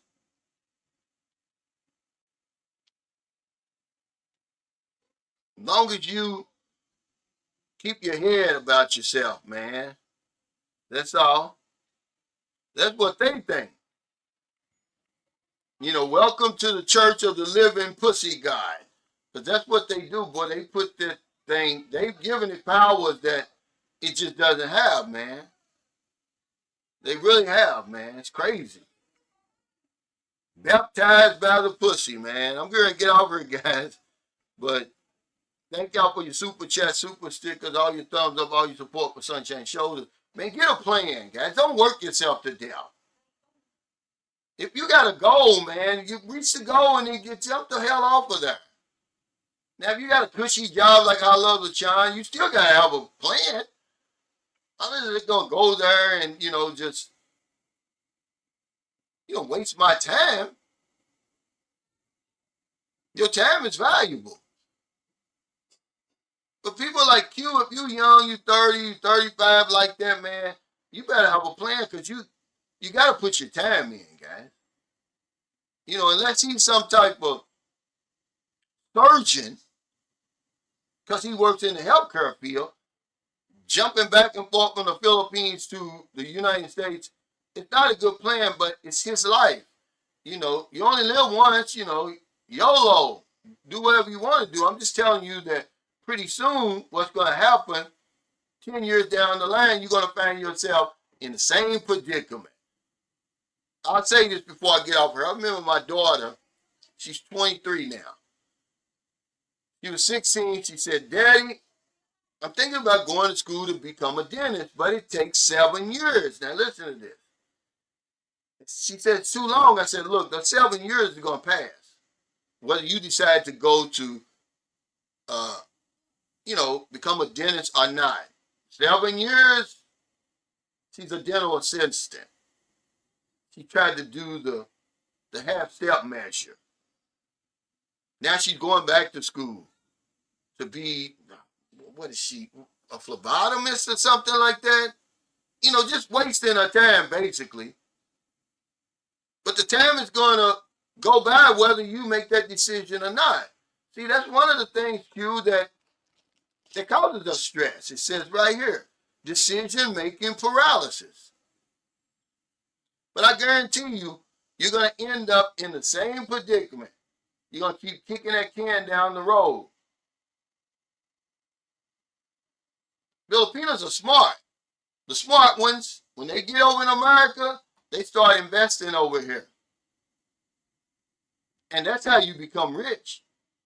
You earn in the dollar economy and you invest in the peso economy.